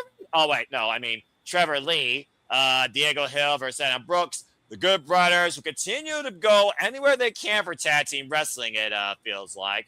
They took on Got It Boys on Top, Joe and Mark Coffey, Alex Hammerstone, who was a mainstay name in MLW with, of course, feuds against the likes of Jacob Fatu. You gotta know what I mean. He took on Bishop Dyer. And we also had a press conference with the MLW World Champion, Killer Cross and Scarlett Bordeaux, and much more. Again, this was MLW's Fusion. This was their, I guess you could say, season premiere, because they actually do have off time, folks, believe it or not. So did anyone catch any of that regarding MLW Fusion? Again, if you didn't catch it, you can go watch it, folks, on YouTube. Just go follow MLW Today. That's Major League Wrestling. Again, I'll just go around the horn. It's an open forum here for this last topic. So open mic, if anyone has anything to say, speak now. Forever hold your peace. 3 seconds. JJ, go ahead. As I feel like I'm probably the only person that watched it, based off of the visual reactions I was getting from everybody else in the room. I thought it was a solid show. Trevor Lee versus Austin Aries, match of the night. Screams X Division. I'm not surprised in the slightest. Go watch it. Go out of your way to watch it. Honestly, potential match of the year candidate. Maybe not match of the year, but top 10 of the year. Like, it was that good. Yes, Austin Aries still has it, whether you want him to or not. I know how controversial he can be, even still. But he still has it. My issue with this show, and I hope it's something that can be corrected in time, I felt it was too front-loaded. Basically, the Shotzi PK match, the Scarlett Bordeaux Aaliyah James match, and the Trevor Lee Austin Aries match were the first 3 matches. Damn, there's your big 3 right there. And in the mix of all that was the Cross press conference, and then the back end, while Bishop Dyer versus Hammerstone was the main event, so that's a solid main event. And you had the tag match with the Good Brothers and the Gallus Boys prior to that. Everything in the middle, everything else was very forgettable. It's, and especially with having watched on YouTube, it's, okay, let me fast forward until we get to some more good shit. Click. If this was television, I'd be changing the channel. Damn. And that's the way I look at it, because I look at it like I'm looking at it as regular TV, because it is still a TV show, even though it's being presented on YouTube. And you don't want there to be that much, let me change the channel in the middle, because chances are they're not going to turn back. Like I said, attention span of a TikTok. They're going to find something. Well, you figure that I named the 2 women's matches, the Trevor Lee match, the tag match, the Hammerstone match. What did I not name? Because you've got everything in front of you there. Trying to do it by memory because I've already gone lapsed. You said the Hammerstone, the Austin Aries, the Scarlett Bordeaux. Shotzi versus Priscilla Kelly. That was the opener. That was fine. Good Brothers versus the Gallus. Okay, so the Diego Hill thing must be the only one, but it felt like there was more in the middle there. I think they announced who Cross's first opponent's going to be, which, surprise, surprise, is going to be Matt Riddle. Bro, wow, you couldn't get freaking Satoshi Kojima? Damn it. Continue. They did the thing where the featherweight champion responded to Shotzi. I forget her name. You mentioned it earlier. Soko Nakajima. Thank you. They did that. So, there was a couple other things in the middle there, but it's just yes, thank you. Welcome. Oh, Zamaya. Her debut match was in the middle of all that, too. Zamaya looks like another Delta. I'm about to say, her name sounds familiar to me, but I can't place my finger on it. I'm pretty sure I've seen her before in action. Zarya, for those of you that only watch NXT, Noah's educated me, so. But that's who Zamaya reminds me of, is her. Fair enough. So, yeah, the Diego Hill thing, the Zamaya thing, the Nakajima thing, the Don Gato thing, who responded to Cross and signed the open contract. All that was kind of in the middle between Austin Aries, Trevor Lee, and the tag match. So that's a lot of space. That's a lull right there. That's a lull. I think it would have been better if they had spaced it out more. And especially, you don't want to give 2 women's matches back to back. If they had done Shotzi PK, then the Diego Hill, then the Scarlett match, then the tag match, then Zamaya, then the main event, kind of like boy, girl did.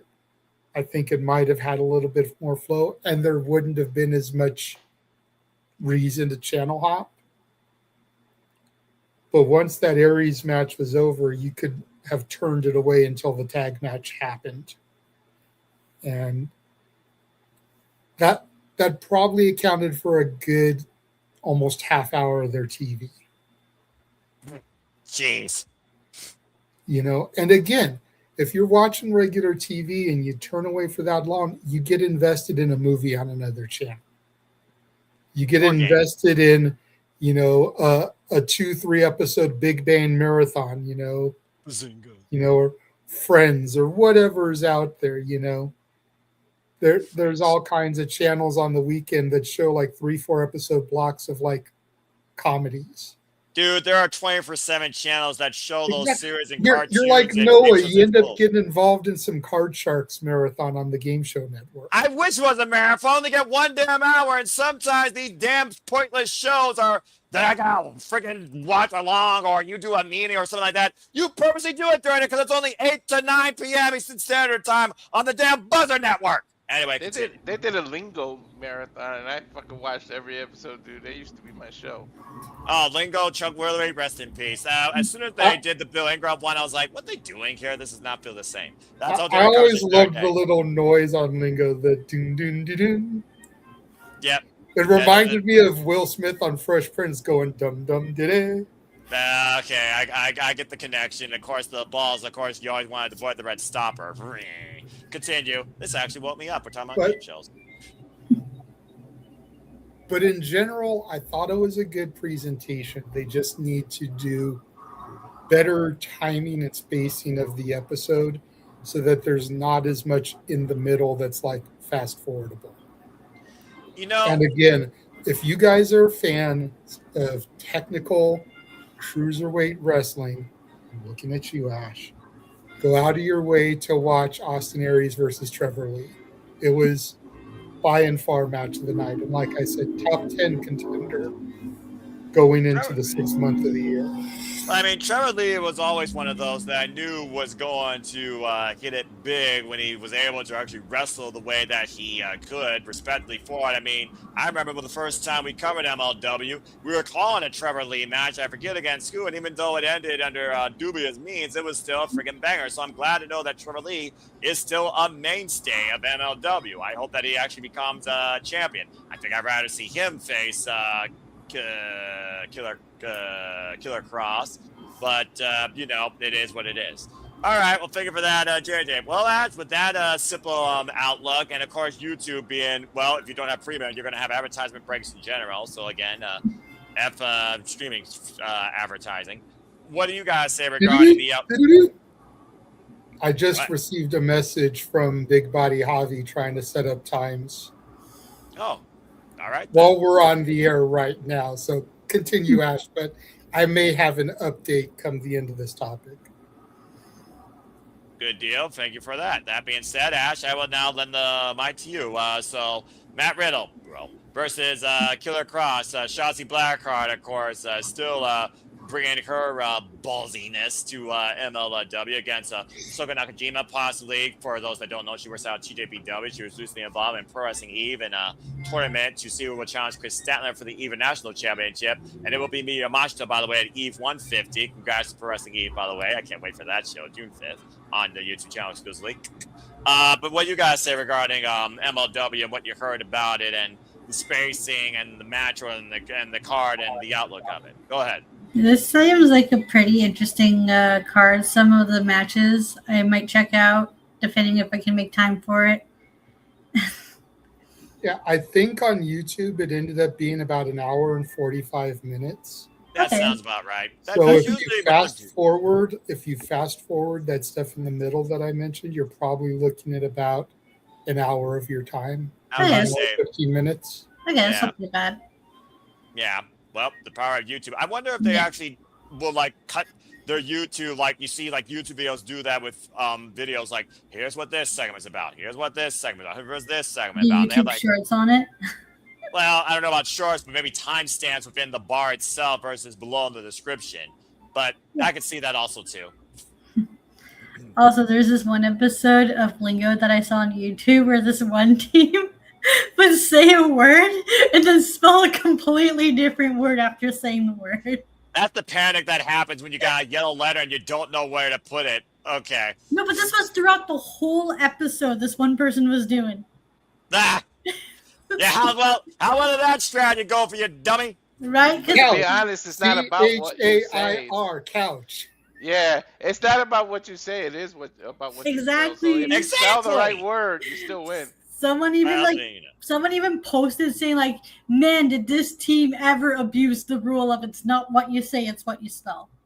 And they figured out the loophole. They figure out the We loopholes. needed What it comes down Steve to. Harvey hosting that episode just so he could pull like a what the fuck. I could see it, by the way. I could see it. Can we do a lingo, please? Can we do another one? Wait, we got to do it. Yeah, and fuck hints, by the way. I hated that shit. Either know how to spell father words or you just don't, damn it. Absolutely, let's do a freaking lingo. I will be glad to be Chuck Woolery for that shit and host it. Absolutely. We'll put a pin in it. I could definitely develop that. Game shows, my forte, my happiness. Okay, So back if to you're this. out there watching and you would like to be a contestant on Simply Reliable Studios Lingo, it will be a $25 super chat. There we go. To secure your spot because it's one-on-one. We'll do 2 games, so 4 contestants available. You just gotta claim your spot via super chat. Noah will make the board and host. I love what we're doing here. This is just beyond brilliant. I love what You have we're to doing super here. chat. You have to super chat and be a subscriber to all the channels to qualify. Yeah, but I'll say qualifications. Contestants have to meet certain qualifications. I like that. You have to super chat because that's my channel, and you have to show that you're subscribed to Noah's channel, Walter's channel, Ash's channel, and Rangers of Wrestling. Okay, well, that being said, stay tuned for LINGO for Lingo. All right, well, thank you for that, and thank you for that, Ash. And since the 4th of July is a Saturday, we'll try to shoot for 4th of July lingo. That way we can just kind of have like a chill, fun episode without, on our nation's birthday. Interesting food for thought and idea. All right, we will certainly look into that, and I will definitely work on that again, because last time that was very fun, but I think the hints screwed, if you know, folks. But anyway, all right, figure for that, JJ, figure for that, Ash. If Nick has not SLEEP yet, Nick, any thoughts you want to lend towards MLW Fusion debut? I will give you the mic for 3 seconds, otherwise I will consider you. Oh, there we go. You're already unmuted. Go ahead and speak. No. All right. Short, sweet, simple, and to the point. Walter, that leaves you. Walter, anything you want to say regarding the outlook of MLW Fusion debut based on what you heard and the card and the World Championship picture and the Featherweight Championship picture and the Women's Championship picture? Go ahead. I didn't see it, but yeah, the way JJ put it on, it's something I gotta watch, and I'm probably gonna fast forward the middle stuff and really get to the Ace Austin match, but. Not Ace Austin, Austin Aries. Austin Aries. Botch! Oops. Big botch. Totally different individual. I know. Hey, we're tired. It's all right. We're almost at the end of this freaking soiree, so it's all good. Okay. Again, it's one of those things where, touch and go with MLW for me as well, but it sounds like still a pretty worthwhile show. So I will definitely give it food for thought. Again, being a fan of Trevor Lee. I've been a fan of Trevor Lee ever since he was the X Division champion. For me, though, when it comes to the World Championship, really, all you have is Matt Riddle. Really, that's all we got here. I will say Walter probably won't want to skip the Zamaya match because she faces Carolina Cruz. Who he had in our rental car. I mean, he owes Carolina. He'll want to see that match for sure. But I say, I think you just gave Walter a reason to tune in even more. And no relation, by the way. No, not at all. Why would anyone think that's a relation? It's beyond me. I mean, I'm just saying. They both have the same last name and they spell it the same way. Jury is out. Fair enough. Okay, but that being said, And Walter was the only one to even know how to pronounce her name correctly. Oh, Cruz or Carolina? No, the way she pronounces Carolina. Carolina. Look, I'm Italian. I'm announcing it correctly. What does that tell you? And I can't even announce half the Japanese names correctly, and yet people still think it's like, oh, I understand what you mean. Because most people whitewash it and call her Carolina Cruz. Again, folks, Carolina. You roll your R's, by the way. Carolina Cruz. All right. Well, that being said, again, MLW, I hope all the best in this new season debut. And as we take one last commercial break before we bid you all a fine adieu, I mean, again, I'm definitely going to look at Austin Aries versus Trevor Lee. I am curious to see what Shogun Nakajima and Shotzi's segment is. And then I'm going to go spell some 5-letter words because you all got me figured about it. So when we conclude the Saturday Shenanigans in this commercial break, we're going to build some shills. We're going to plug the house show from Italy, and then we're going to get some sleep. So as the Shenanigans about to conclude, folks, we'll see on their side of this commercial break without lingo, but with some promoting and some other scheduling updates too. So stay tuned. And now for a taste of things to come.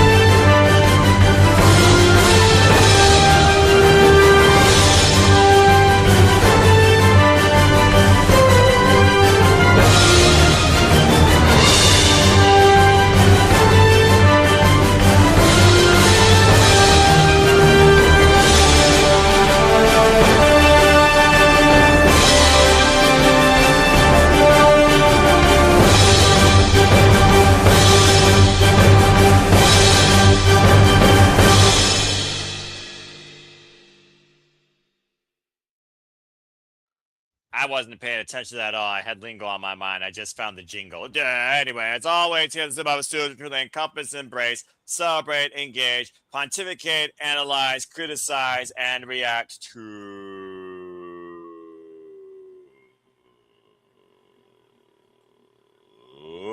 all the wrestling. And welcome back here to the We Tired as Foot Saturday Shenanigans edition here with lingo in the background on our minds. Now I am the Seminole Flaws. I've been your moderator for this evening. And as always, been here with JJ and Walter and the Canadian Connection. One from Winnipeg, the other one from another place. Let's go ahead and get the heck out of here and bid you all a fine farewell. And thank you all for tuning in once again. Let's get the fuck out of here as he's already lying down probably and figured about what he's having for breakfast. Nick, plug your shit and tell where the people can find you and also your Mrs. content. Find me at my app that's on the screen right now. And then find my Facebook page. Honey, what's your book page? Feeling.booked. How do you not know this? That's your woman's page. I know, but I don't know it, and she's smart. So, feeling.booked. If you want to hear about smutty, spicy books, go follow that page. There's a reason why the brains are more often than not, and I'll admit this as a man, on the female side of the spectrum of neurology. Just saying. Thank you, Nick. Goodbye and good night, bang. All right. Ash, always appreciate you, pal. Again, congratulations on the promotion. Again, prayers are my passions. Don't burn yourself out on wrestling when you have so much more professionally developing. So go ahead and tell where the people can engage with you as they are able to. After my much needed long break, you can now once again find me on X, the app formerly known as Twitter at ShadowBadAsh, and subscribe to my YouTube channel at Batty for Wrestling. Don't be a dickhead. Dickhead. All right. Simple enough. Yeah, again, she always brings a baddie bracket breakdown or a baddie rant or a baddie analysis to any conversation. I finally watched 4 matches from the Best of the Super Juniors. 4 matches down. Insert number to go. I know, right? Hey, last night I was watching Robbie Eagles versus Kushida, and I'm like, oh my god, if this is not the most shadow bat coded match on this show so far, then hell yeah, because y'all need to put some respect on Robbie Eagles' name, man. Y'all ain't talking about him enough. In all fairness, I don't watch New Japan stuff. Hi. Oh, here's what you can do. I'm not super familiar with him. Okay. I know me some Kushida shit though. Here's how you can get familiar with Robbie Eagles. Search on YouTube Pro Wrestling Australia and watch his Heart of all the title matches there. I think it's called the Heart of PWA title. Search that up. Or if you want, I can just send you a playlist of his matches. All right. There you go. Thank you for that, Ash. Okay. Walter, again, man, always appreciate you. Tell where the people can find and engage with you. First of all, the irony of Ash giving out homework. But anyways. Everybody's got homework. She still hasn't watched a Bret Hart match. Right? She's been hanging around with us for probably close to 2 years. Still hasn't watched a Bret Hart match, and she's trying to give us homework. The irony. The definition of irony. Yeah, I'm an Australian boy nonetheless. Not a Canadian boy, an Aussie man. She has a thing for accents, people. This is fair. IRONY. It was so funny because I was at the Monday Night Raw show, and there it was that episode where freaking Ludwig, who was like trying to rizz up on who the fuck was it? What's her name? Maxine. And I said to my friend, he's like, but that shit worked on you, and I was like, yes, it would have. Totally would have. Well, there you go, folks. The more that you freaking know. All right. Let's go ahead and continue through here. Walter, go ahead and plug in your channel. You can find me at Rage of Wrestling on YouTube, Instagram, Walter.Cruz.940, which is now a verified Instagram, so go over there, because I'm going to start putting more of the highlights and stuff over there, too. And then at Twitter at Walter Alex Cruz. All right, and again, folks, subscribe to Dave Rage of Wrestling. He has a milestone goal in mind, as always, and he is definitely a reliable source for fun content, and eventually we will plug in the arcade cabinet and engage in gaming. And it might be more than just lingo. So stay tuned. All right, thank you, Walter. JJ, I know you're already working on some stuff in the background, so let's go ahead and bring up the Super Studios schedule from the Renegade's mind. Whether or not it involves hot dog or a handshake, and always appreciate you too, despite your gravity pissed me off. Go ahead so the people can find you. I don't know what you're talking about.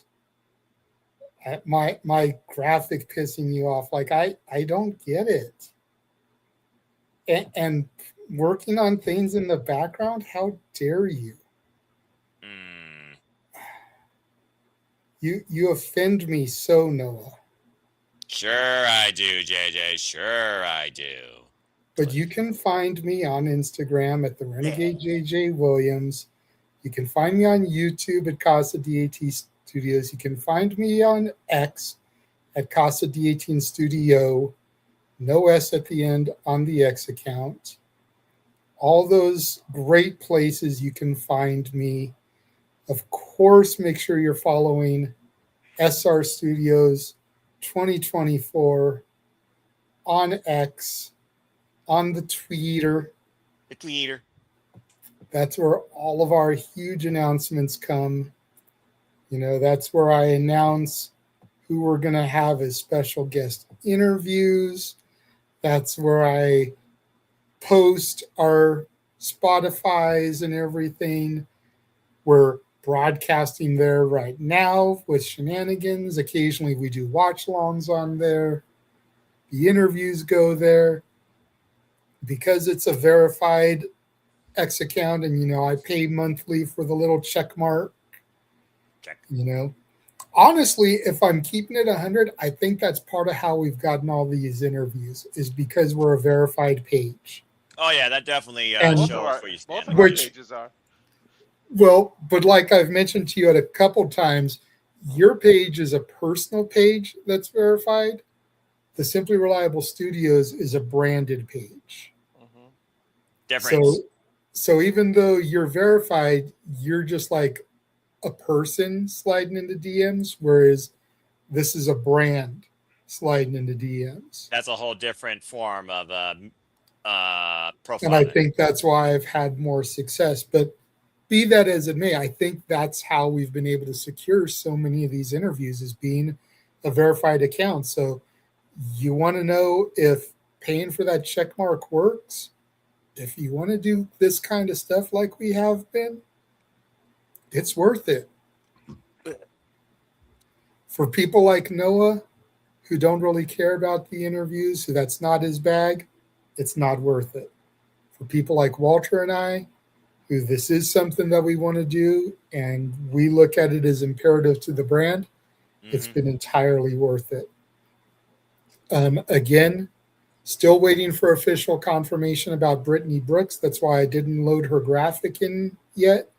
Be on the lookout for that, because once I get a definitive yes or no, it will be on that SRSX account announcing it. It is supposed to be, everyone make air quotes with me, supposed to be Tuesday night, 6 o'clock Eastern, 3 Pacific. Time subject to change, date subject to change. If she gets this big opportunity she messaged me about, she didn't go in depth as what it was, but if she gets this opportunity, we can't begrudge her Heck no. taking this opportunity, because I'm sure whatever it is going to pay her more than what she was going to get from us. So go get your bag, girl. Do the work, keep on the grind, get your name out there, build your success continually, pursue any opportunity that comes forward to you, because you may not get it again. 100%. Big Body Javi, now the Core Kid Javi, will be coming to the channel at some point. Again, working on the back and forth, trying to set up the date and time with him. As soon as that is confirmed and ironed out, announcement will be made. Where will it be made, Noah? It'll be made, of course, right here at SR Studios 2024 on the X. Follow it today on the X. The bird is dead on the X. But the bird is the word. That song still sucks. All right. We'll let Ash know if that orange shirt comes to fruition and we get the VHC champion confirmed. Maybe we'll let her announce it on her X page, and then we can just retweet it from there, knowing how much she loves TMDK. Maybe we'll let her be the one to break that if it comes through. But the definition of our young punk. Yes, the reason why I want to watch Pro Wrestling Noah, because not just the good matches, but no, it's for tall, hunky Australian reasons. There's the interest. There's the reason right there. It's not Ozawa versus Naito. It's not Murafuji. It's not Manabu Soya. It's not freaking. I got you. I'm not. It's not Amakusa. I got you. I know you. I understand you. I respect you. I am a very simple person. And then, of course, be on the lookout tomorrow for our coverage of Clash in Italy, as we provide alternative coverage. And God damn you, Noah. Who pressed that? Oh, that's what Noah. Walter! I know it was you! I thought it was you, Noah. It wasn't you! You did that! You son of a gun trying to blame me when I don't even push that sort of shenanigans on here. I know it was you! You are always against me! Now you will stop that! I thought there was Enzo and Cass's music playing for a second, and I was like, oh wait, never mind. That'll be the day. Hey, you never know, it might show up. Cameos, freaking Italy for WWE. All right, we'll see. You got a better chance of Guido showing up. All right, well, thank you, JJ. And again, folks, thank you all for tuning in. As JJ talked about, our next official activity will be covering that international house show for WWE, Clash in Italy. I have no idea who's on the call, so you're just going to find out when we go live. Stay tuned for more on that. But if you want to find out more about me or further engage me or try to, good luck. I'm not social. But try if you choose. And then Foster in 1916 on the X and on YouTube for all things wrestling. For I am nothing more but a simple man and a lifelong fan of professional wrestling. Damn it! Again, we're covering Clash in Italy, and then this coming Monday night, 6 p.m. Eastern Standard Time. Stay tuned with me and Papagino. Break it down. We're Predictions League breakdown, of course, as we give you the highs, the lows, the me's and betweens of all the scores, of course, all the predictings in and out of Team No DQ. Good luck to all of you. Also in the Galaxy. Good luck, Ash. If you filled out the form already, if you haven't. Everyone, you still have, of course, till when they're doing their nonsense, overloaded, overrated kickoff. I think, on Eastern? Well, it 2 starts p.m. at 2 Eastern, 11 Pacific, so you said 1 Eastern, 10 Pacific. Well, considering WWE fucked us at the Royal Rumble, lest we forget, at the start of their kickoff, I'm going to make sure I get this right, because I'm pretty sure their dumbasses did a 2-hour kickoff versus a 1-hour one. So if it's 2 hours, then you have officially, you know what, I'm not even going to chance it when they're starting the kickoff shit. Okay, yeah, that's why I thought. They're doing a 2-hour kickoff. Fuck that. But you got till officially now noon Eastern Standard Time to make your predictions final, because Lord knows if anything happens, they'll announce it during the kickoff show because we're stupid, or they're going to literally do something that is, in Randy Orton's phrase, stupid, stupid, stupid. More times than I can count, that's literally been the case. Anyway, that's a different conversation. And then stay tuned Wednesday when we continue our coverage of the Owen Hart Foundation tournament with AEW Dynamite. And as I said, the next Sleeping Dit team will, of course, be AEW Forbidden Door. If NXT ever does anything again, and it is what it is, bro. And TNA Summerversary and the WWE ESPN special next month. I think it's Night Champions, whatever the fuck that is. Other than that, yep, thank you. I wasn't sure, but again. But again, folks, stay tuned as always here on what we do, whether it's interviews, shenanigans, conversations, reactions, watch-alongs, and further wrestling coverage. JJ, I see you got your hand. What do you got to say real quick? That's going to be a hell of a week for you, because Night of Champions is Saturday, Forbidden Door and Slammiversary are on Sunday, the 27th and 28th. Oh, all three shows are the same weekend. Fuck, a triple decker. Damn it! Well, Forbidden Door is going to be early in the afternoon because it's in the UK. So Slammiversary will be at a normal time, probably 8 Eastern, 5 Pacific. So there shouldn't be any overlap there between Forbidden Door and Slammiversary, but that's literally 3 Simply Predictings over 3 days. Over 2 days. So, oh, boy. Well, thank you for that, JJ. Throwing it at the wall here now. See if it sticks. Card subject to change, of course. Simply Predicting Forbidden Door. Wednesday after Dynamite that week. Simply Predicting for Slammiversary. Following Impact that week. Simply Predicting for Night of Champions. Following SmackDown that week. I'll think about it. That being said, also not UK, California. Botch. But I do understand what you mean. All right. Thank you for that, JJ. Yeah, they're like an hour That's away right. from 2 hours. So they will be clashing then, damn. New news, counter programming. Oh, what a trope in the wrestling business that's been around since before he was AEW thinking of All In, that's why. Yeah, I know. Since before AEW existed. Oh, no. Anyway. It's so funny. People complain about like, oh my god, we're just like, I can't believe they're doing it on the same day. Bitch, don't act like you were going to watch either show. Like, let's be real. Like, if you're an fine that week, unless somebody who's watching. I'm glad someone said besides me when it comes to the fact that both are $40. Go ahead. Time out. Ash, say it one more time with your full chest, please. I mean, like, let's be real here. If like those complaining about like the counter programming, like y'all weren't even going to watch the show to begin with. Like, let's be real here. If you were an AEW fan, you were going to watch the AEW show. If you were a TNA fan, you were going to watch the TNA show. Unless you like both, you guess what? Y'all going to find a way to watch both. It's like, what are we doing here? Yeah, fuckers. I mean, thank you very much for that, Ash, on this edition of TED Talk. Stay tuned next week, folks, when we talk about WWE versus AEW versus TNA. Is there really a war, or is it just your foolish pride at the end of the day? All right here at the Simply Reliable Studios. And yes, I already know the answer, Ash. You don't have to tell me. Thank you.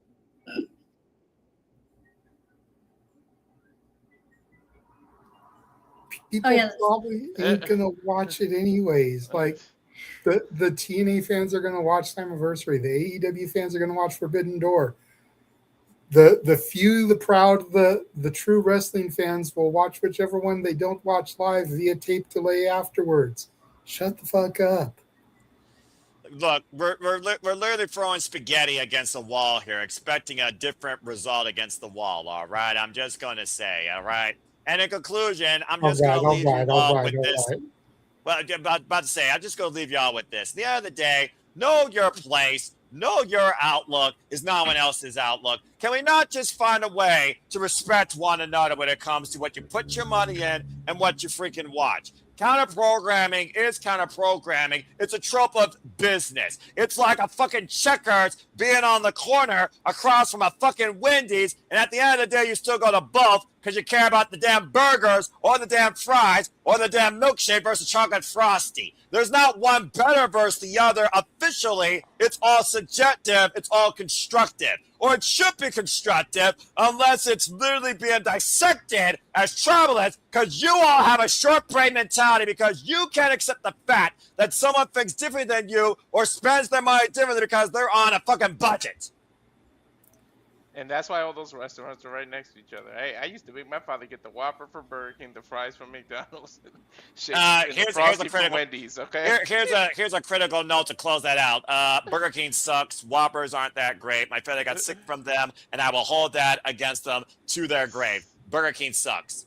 That being said, what doesn't suck is what, of course, we just did here. As once again, we engage with each other in a professional wrestling conversation. Again, figured everybody that tuned in. I want to give a shout out with click to our other fellow queen here at Timo Studios, Datilla Dash. Stay tuned, of course, as Datilla starts a new venture with Pop Culture Powerbomb. Follow today on the X, the Bird's Dead. And again, follow her when it's wrestling time, if you can, at Rangers of Wrestling, of course. There you see, of course, her plugs right there on the YouTube and on the X as always. They weren't here on screen, but they were part of City Predicting. Regardless of redundancy, sometimes you might as well just be spinning in a circle at the same word, or you literally have interactive games and movies being plugged inside the chat. Follow the MVPs, the VIPs, at the expense of my dignity the most. Arlene Emmanuel Dominguez on the social media, as you see right there. And again, thank you for everybody that tuned in. But as always, I conclude, there are no winners, no losers, no betters. Just fans of opinions of this passion we all share. So at the end of the day, support one another, respect each other, protect your mentality too, treasure your families, and just real life and enjoy professional wrestling. It's truly as simple as that. But with that being said, thank you so much once again for tuning in, whether live or on demand. Please like, subscribe, comment, and tell a friend. Hit the bell, this video goes live on demand on any of the YouTube channels here on the Super Live Studios family. Subscribe to all of them today, especially these three. Subscribe. Hit the bell to know. Damn it, stay the fucking ball. Well, that happens. Hit the subscribe, hit the bell to know when the next video goes live on demand on any of the YouTube channels. I show you the content, the creativity, the passion, the rants, the TED Talks, where you never know who will take the microphone, are not going to let up anytime soon. I assure you. What is going to let up now, though, is my voice and my freaking migraine as I'm ready to go snooze. And I'm sure the rest of us are too. So for Nick, this is. For Walter, who's raging at a video game. For Ash, bringing her batty takes, as we would not expect anything else. For JJ, who always brings the long-term storytelling and the better booking than most of the creative in a suit on any of the top 3 scenes. For all of you in the chat, including Safet, Emmanuel, Independent Games and Movies, Lily, and of course, Max. And for those that don't chat, but necessarily still continue to follow with us and engage with us, as you all continue to make it possible. To the invisible John Cena community, to all of you that are seen as clear as day and living color, I thank you. So until next time we are on your screen, whether it's Clash in Italy or something else outside the WWE, make a positive impact in life. Have a good night, and thank you for tuning in to another rousing edition of the Saturday Shenanigans. Have a good night. Stay in the fucking Pokeball.